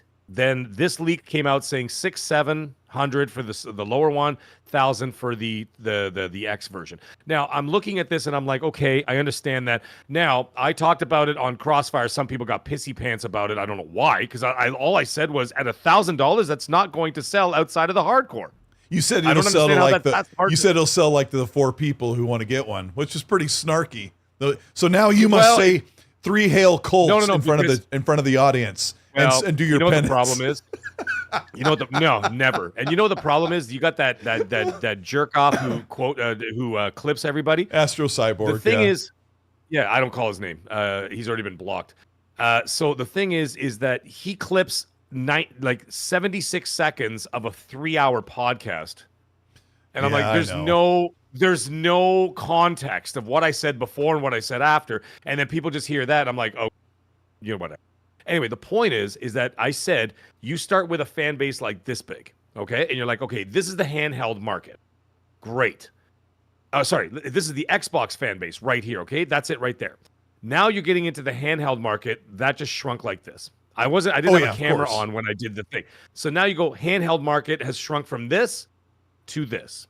And now you introduce $1,000 price point. This turns into 4 people. And I was just exaggerating, being funny. But I'm like, now you're making a niche out of a niche out of a niche. Oh, yeah. And that was what I was trying to explain at that price point. However, if that jerk off had actually got the rest of my quote, what I had said was, I'm not bitter. He's just an asshole. But the thing is that the ROG Ally that's out now is priced at $799 for the deluxe model. The Steam Deck OLED is priced at $799, same price for the deluxe model. If you want to stay, if you want to stay competitive with those other handhelds, then it has to be $800. If you go $200 above their other models, even though they're not the same or whatever, in all aspects. The ROG Ally X non-Xbox version is $900 in the US. Whoa! Best Buy.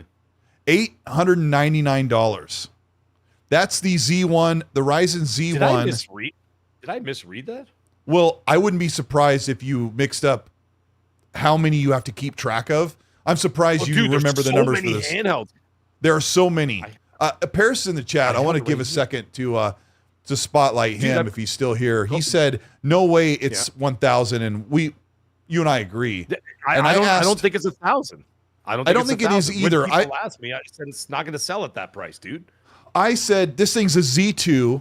It's an A1. It's an AI chip, so it is one of the most powerful. The Xbox ROG Ally X would be one of the most powerful handhelds on the market when it launches, and so it justifies being near $1,000. Now, more level-headed people are saying that the top end of the Xbox Ally set is $800 for the black one, and then what would it be, $600 or $700, or probably $600 for the white one, kind of like you're saying.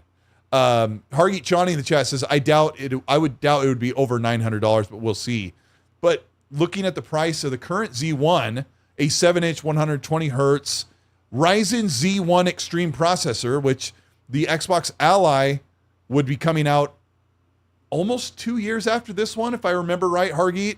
Right. Because I think that one came out in 2024. So maybe a year.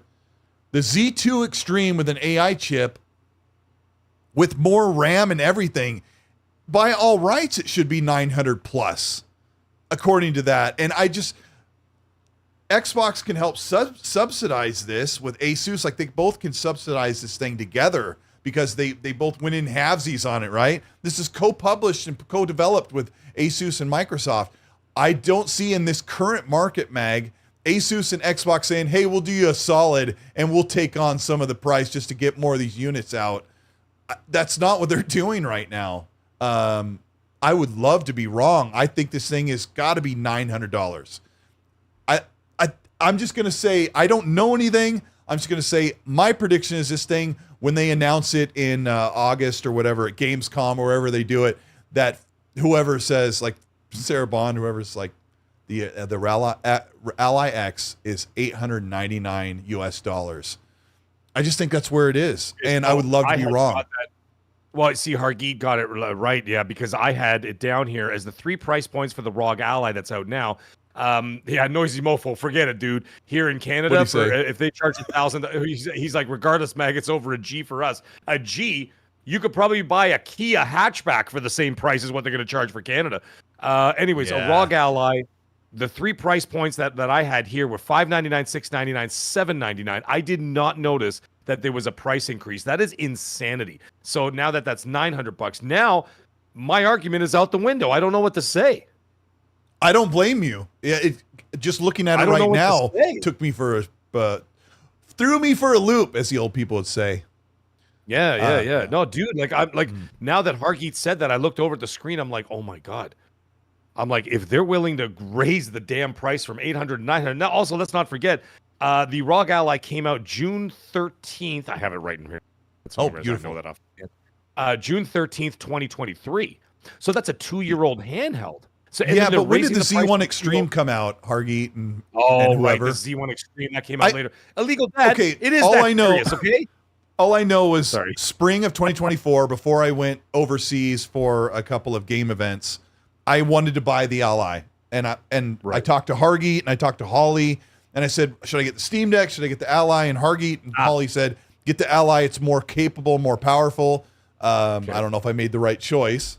That blue number says 2023. That's when the Z1 Extreme came out. Okay, No, so it Broke was Boy a saying year the old X was when last summer.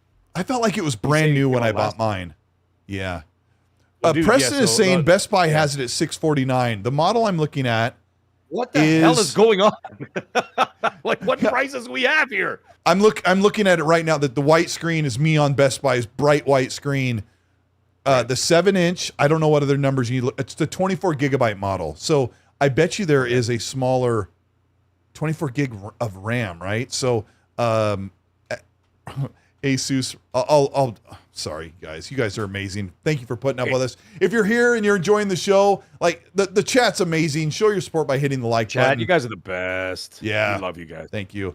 I see it $649. It's the white one, which is not. It says Z1 Extreme. Okay. And all it says is 512 gigabytes, so it's half the storage as the black one. And I think the Xbox I want to say Xbox Raleigh, the Raleigh Racer, Colin McRae, is a 1 terabyte model, right? The Xbox handheld. Yeah. Sure. It's 1 terabyte. Yeah. It's really difficult to do. Some discussions on a podcast are difficult to do without visual aids. Like if I was making a video, I'd have screenshots popping up. Yeah. No, dude, I've got the information in front of me, which is pretty straightforward. But as I'm reading the chat, my eyeballs are going sideways because everybody's got a different price. That's because there's storage model differences. What the F are these guys doing? Yeah. Not the chat. I mean, there's a 1 terabyte and then there's a half terabyte model. Red Wolf says ROG. Just release 2 and call it a day, bro. Oh, Red Wolf says, I learned you can use the ROG with a controller, which got me way more interested in a handheld. Hopefully they have payment plans because yikes. Yes. Red Dead Redemption 2 did not work right off the install of the game with the controllers on the device. So I grabbed one of my wireless Xbox controllers and I was playing like that and I put it up on Twitter, like, look at this idiot playing a handheld with a controller. It was, Meg, it was such a better experience having an actual real control of the controls without being out like this with my fingers. Like I was playing Red Dead 2 and I was just cruising around on the horse. I was power sliding around the corners. And he was like, Dutch, we not like us. They not like us, Dutch. It was amazing. Did you drift with the horse? Because that's a feature. You actually can drift a little bit with the horse in Red Dead 2. Last time I traveled, I was going to bring a controller, and I thought, no, I don't want an extra thing in my bag. I will definitely bring a regular Xbox controller because you can you can play just like you. Oh, it's amazing. Anyway, so yes, Red Wolf, you can connect your controller, and it works. Amazing. Yeah, that's totally cool. Either way, to sum up the ROG Ally situation, this is let's get your price prediction in there as well. Yeah. Well, now that we know more. Everything's out the window now because of all these different price ranges. I would have said that I think that $599 for the lower model would be great and $799 for the higher model. Okay. That's as far as you can go before you get into holy crap, what are we talking about here territory, right? Because you got to remember, this is for most people a supplemental console. Okay? This is a supplementary console. This is not your main gaming area where you could spend $1,000 US because it's Oh. You know what I mean? Same thing with like a Yeah. PC. You buy like you buy your video card for a couple of grand or whatever the heck people play, and it's there for a number of years and it'll keep you going. Whatever. It doesn't. But like a handheld, it almost seems like a luxury item of sorts, unless It is. you travel continuously, and that's where you do 90% of your gaming because you're never home. Then I can understand. But when you're charging that much for a luxury item, I know that kind of oxymoron because I'm saying a luxury item and charging too much.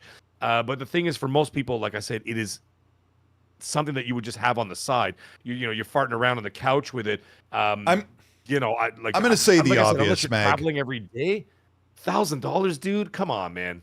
I'm going to say the obvious though. The handhelds are expensive because you're getting a PC console with a controller and a screen, and because it's powered by a battery, it's totally mobile. So that garners a higher price point. The Nintendo Switch 2 is $400, right? Or $450? Yeah, for you.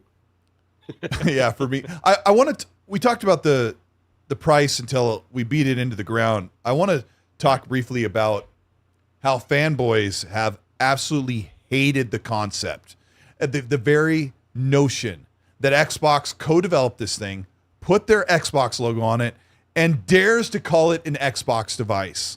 We'll get the easiest part out of the way. This thing, like you and I talked about, because I heard you on Crossfire, like you said, Colt and I talked about this, like why would you need this if it doesn't play? Here's the thing. It will not play all of your Xbox console games. It will only play a portion of them through Play Anywhere. So this thing is not only a luxury item, but it is someone who has dabbled into PC or wants to buy a few games and play them from a PC storefront. So it is not an Xbox console, but it is an Xbox handheld that plays 1,000 Xbox console games via the PC version. Me personally, I own 100 Play Anywhere titles. I didn't realize it. Like, I was so shocked that Guardians of the Galaxy. Know, by the way? Like, do you have to search each one individually to find it? Like, does it have like, it doesn't say anything on the tiles? Like, or do you have to like go into it? Yes, Jez Corden said today. I'm glad you brought that up. Jez Corden said today on the Xbox console, you cannot filter out to see what's Play Anywhere, but on the Xbox PC app, the Xbox PC app is easy. There is a toggle for Play Anywhere. Click it, and immediately will show you all the games that you own and have available on Game Pass and ownership through Xbox Play Anywhere.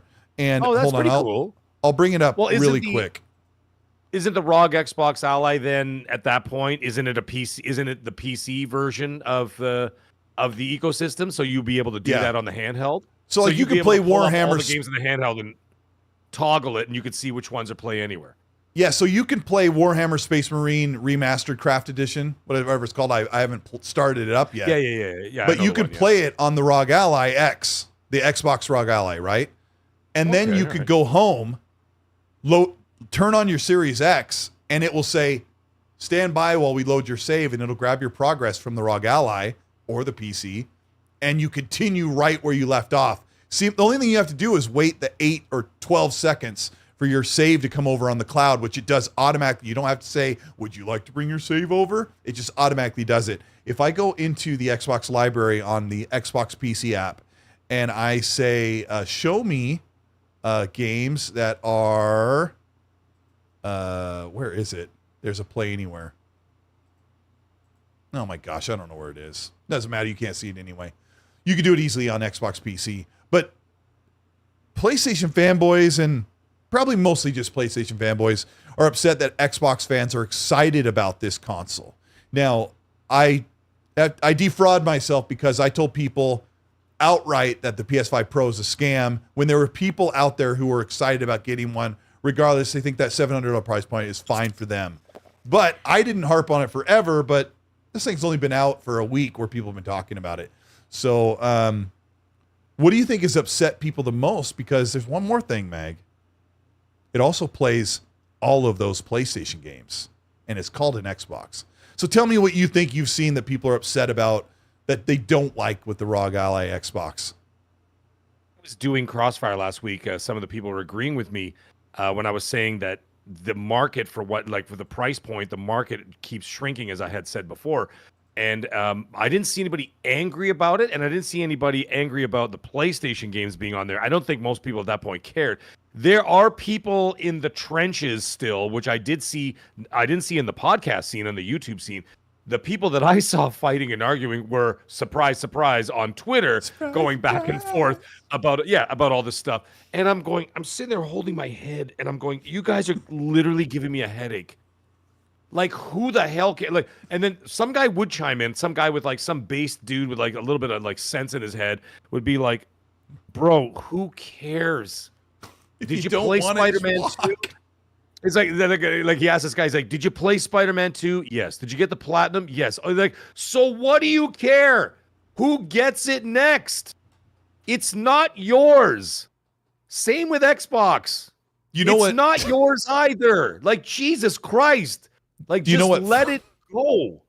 You know what Fawn said I was on his show on Saturday, and an Xbox executive said they were talking about Xbox putting their games on PlayStation, and they said, who effing cares? You're still getting the games. Who cares where they're going to be played? I thought, well, that's an interesting take from the platform, leadership, but you and I have been talking about this forever. We don't even get into it anymore.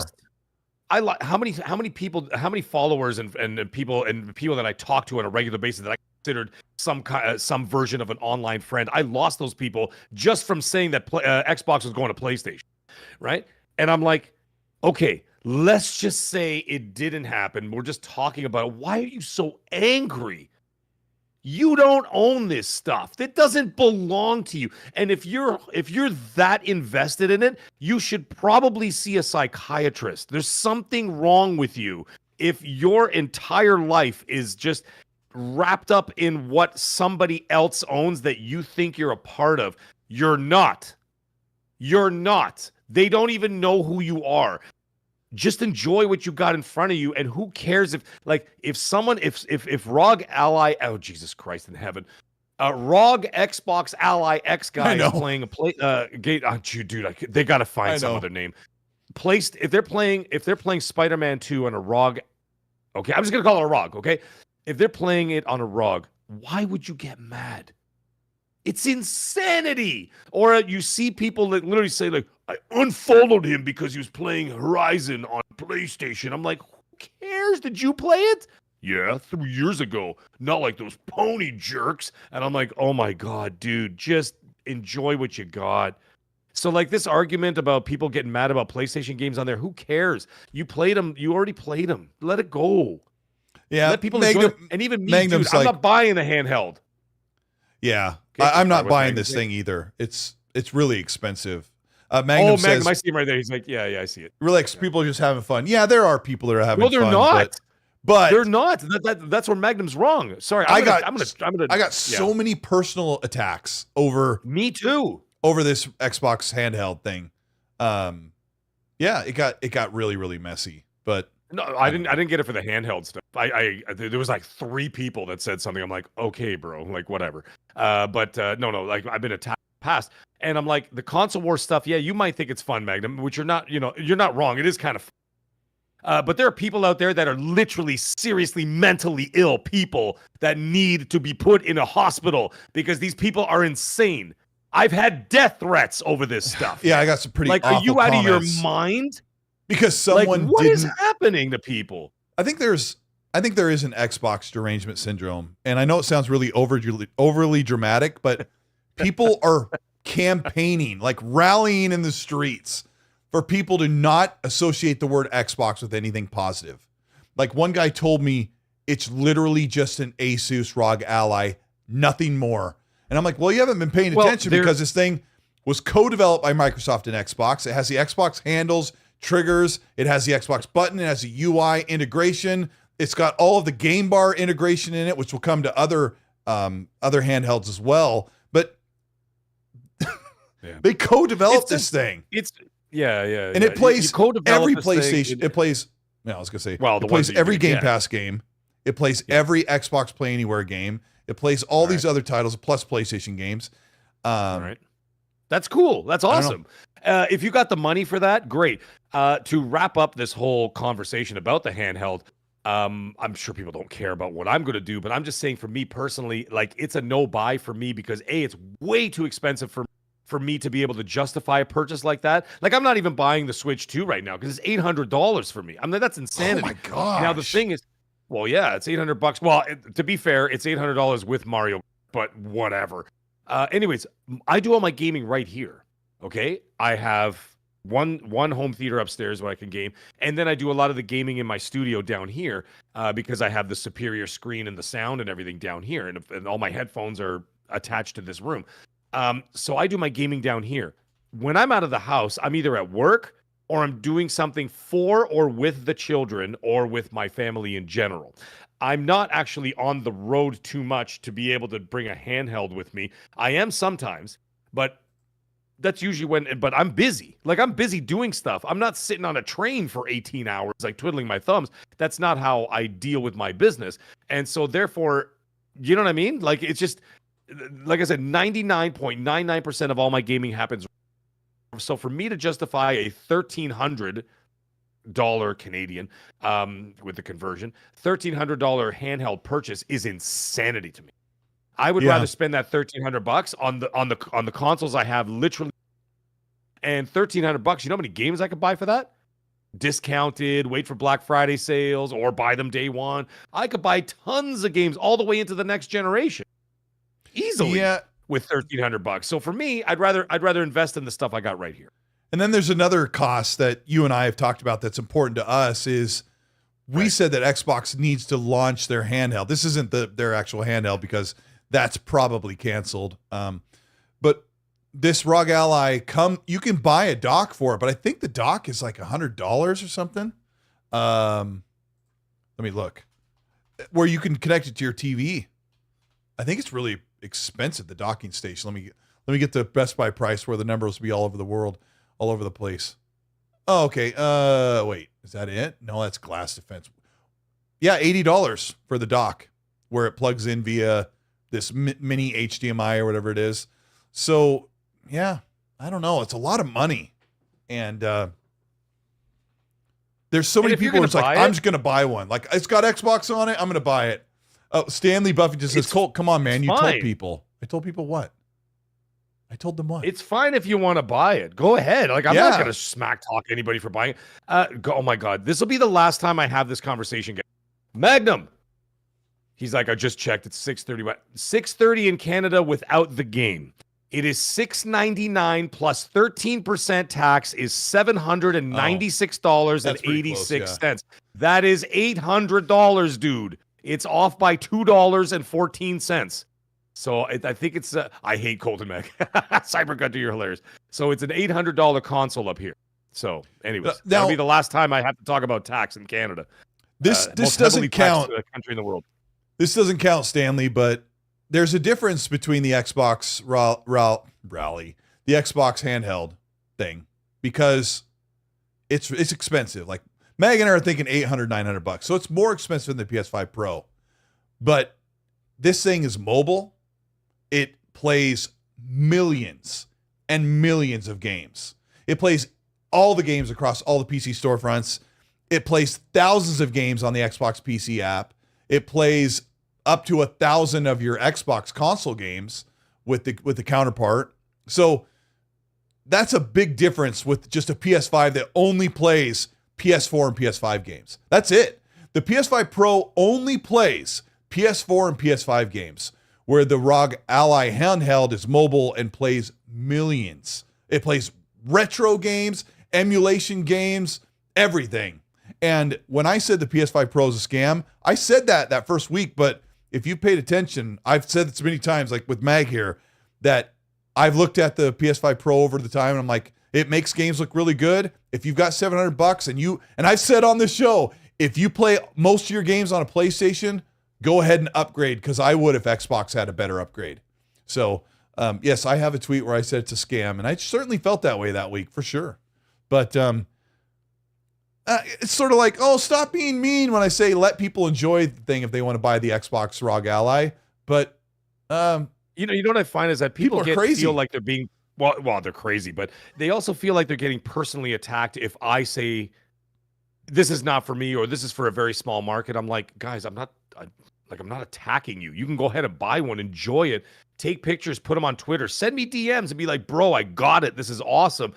I'm never going to say anything against that. I'm just saying for me personally, it's not something for me. But people immediately turn that around and think that I'm talking about them. And I'm like, I'm not talking about you.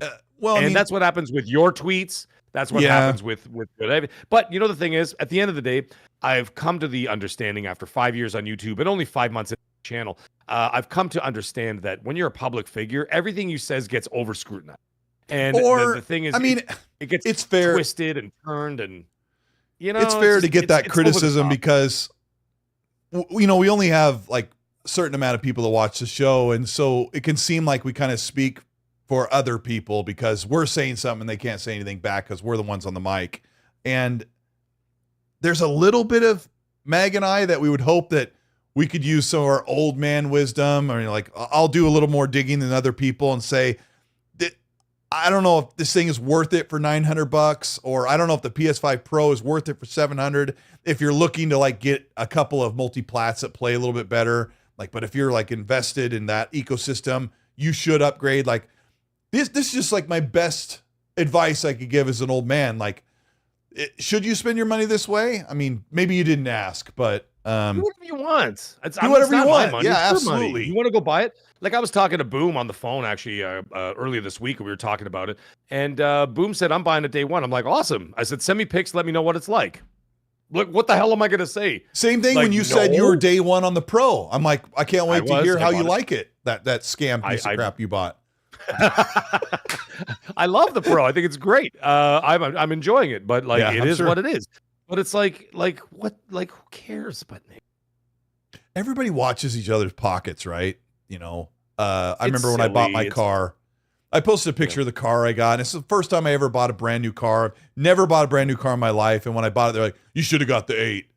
I'm like, whatever, you know. Yeah, you should have got the V. You know, it's like, well, that was like double the price. Well, if you didn't get that, you might as well not have gotten it. It's like, it's my money. I don't have that much. Yeah. You know, I was very grateful to what other people are doing, but yeah, what are you gonna do? I don't know. Anyways, either way, should have married somebody different, Mag. You should have married me. What? Jesus, Cole, take it easy, man. There's still time. I'm waiting to see how this one pans out, and then I'm swooping in. Yeah, It's been, kidding, dude, it's been an amazing show, and I think we covered a lot of really great stuff. The chat was awesome. Like, actually, no one was a jerk. No, well, Magnum, but that's his normal state. So it's been really good, and we appreciate you guys. I want to give a little mini speech here that I've been thinking a lot, because you know we've gone through a lot of stuff as the game industry shifted, and a lot of troublesome things going on, and Mag and I were kind of talking. We were texting today. Xbox is, man, they're kind of killing it, and in a time when everyone says, "Oh, Xbox dead," they're bigger than ever, and no one's been more excited about the 180 they pulled than me and Mag. And Mag is creating videos about what they're doing and what like other multi-platform developers are doing. So go sub to his channel. I've got a really great video that I cranked out. I got up early this morning when I could have slept in and worked on this thing. I took the day off today, and I can't wait for you guys to watch it. And I'm really excited because you guys have been so supportive of the podcast. We really appreciate it. And things are just going up and up because Xbox is just cranking out so many good games, and they're not done. They're just going to find out different ways to like make the industry their own. I'm really enjoying it. And so, Mag, I've got your link in the channel if people want to go subscribe. Thank you very much. How many subscribers are you at? Because you said you've seen incredible growth. I'm going to brag for you so you don't have to. I jumped about 500 subs just this weekend alone. So I'm just under two. I'm literally like 60 away from 2,000 subs. So it's doubled from the last month, because last month I hit 1,000 and now I'm about to hit 2,000. So it's growing quite a bit. My ROG Xbox Ally X price rumor video just broke my record.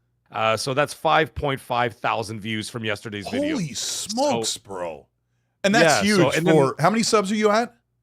1.94 thousand. Almost 2,000. So, almost 2,000. So that's awesome. I got a couple supers here before we say our last goodbyes. I forgot to get to them, but we've got a channel member chat from Grandpa Barbecue Gamecat says, "Don't forget you can all become maggots and join Colt's channel also."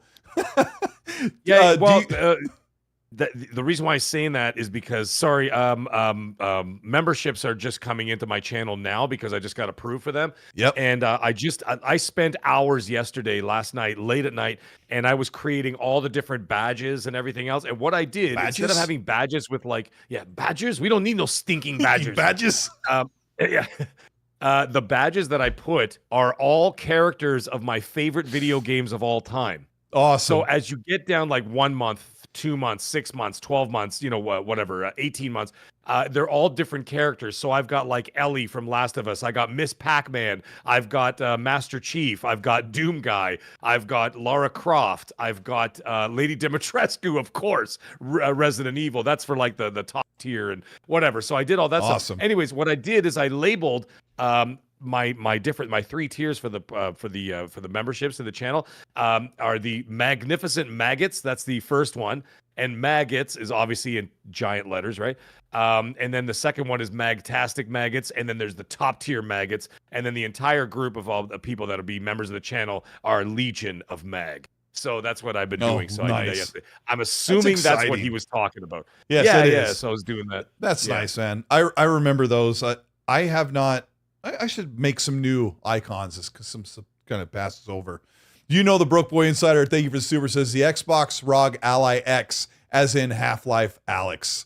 Thank you, Cooksmax. Thank you for the $5 super chat. I don't know if I said that right. QMax says, I love my OLED Steam Deck and the Xbox Play Anywhere app, but if I can play my Steam and Xbox library natively off the Ally, it's a must-buy for me. He already has a Steam Deck, and he says he wants to buy it. Red Wolf Renegade, a good friend. Thank you so much for the super, says, have you guys tried Final Fantasy 16 yet? I'm still hoping for a physical edition. Tell me to give up on physical life if you think it's over. I need to hear it. Red? Red, you missed the beginning of the show. Yeah, I was going to say, but you also missed the beginning of the show where we really cracked on that game for like 10 minutes. It's a cutscene simulator, as I said earlier in the show, and I literally gave up half. I put in like 40 hours, no joke, 40 hours, and I couldn't take it anymore. And I'm like, and I was listening to Reforge Gaming, one of his shows, and he said video games is a very smart thing. He said, he goes, video games should not be a chore. He said, if you feel like you're working while you're playing a game, like oh my God, I just need to get through this. He goes, just stop playing it because it's supposed to be enjoyable. And I was like, that's a damn good idea. So you know what I did? I walked downstairs and I erased Final Fantasy 16 off my console, and that was it. And I'm like, later, bitch. And I'm like, I don't even want to see you anymore. And I was just like, bye, Felicia. Goodbye. And I'm like, but Final Fantasy 7 Rebirth, by the way, wonderful game. Totally different game. Yeah. So wait for that. That's coming Xbox, by the way, if you're an Xbox fan.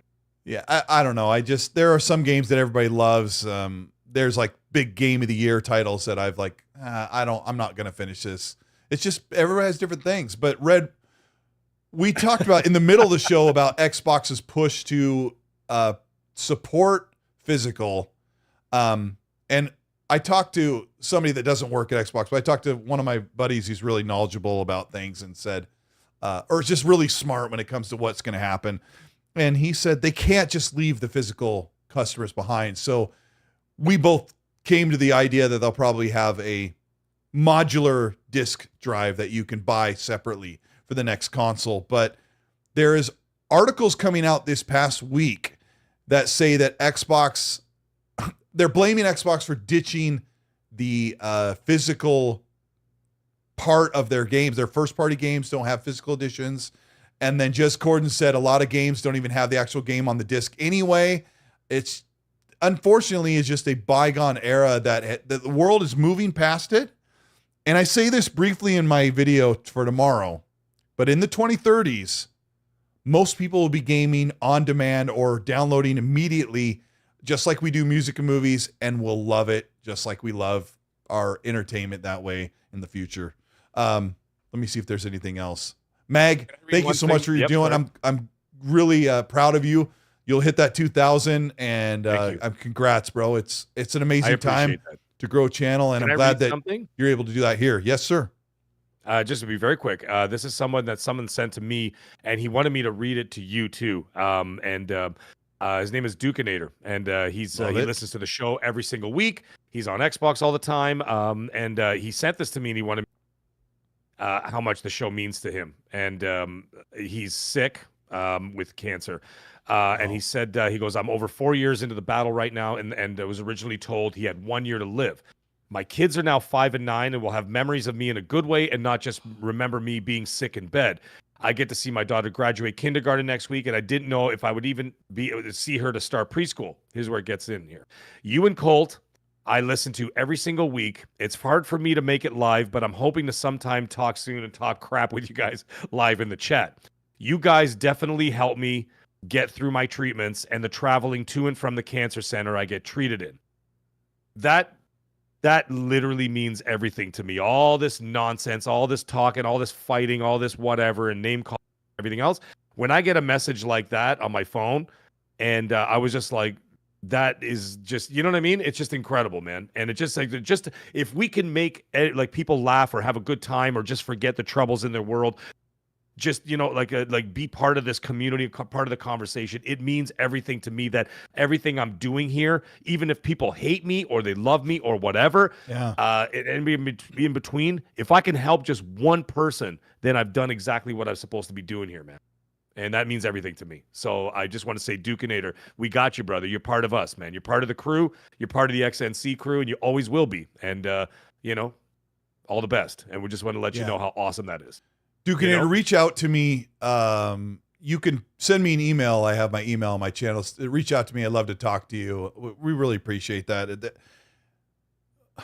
Mag, sometimes we get into the nuance of the most ridiculous drama that, and hearing from Dukinator just really, it flushes in just waves and waves of blessings that are like uncountable, that we all enjoy, and that he also has, he put in the light of getting to see his daughter get into, you graduate from kindergarten and being there longer than he ever expected.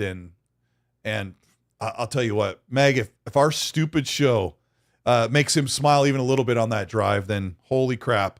That's really amazing. We appreciate you. This has been a great show. Thank you everybody for the 600 plus people who have sat here and learned with us. We appreciate all of you. Chat, salute to you. Salute to Singus in the chat for saluting. Mag, good luck with everything. And everybody check out our content. Mag's got a video coming out in... it's already out. Oh, it's already out? The premiere? Views and comments are already coming in. So people are watching. Oh, yeah. You're set 10 o'clock your time. I scheduled it for 10. Yeah. Okay. Yeah. Go check out his video now that you're logging off the show. And we appreciate you. Timestamps will be up. Hit like and subscribe here and to Mags. And we'll talk to you guys next week. You're amazing. Later.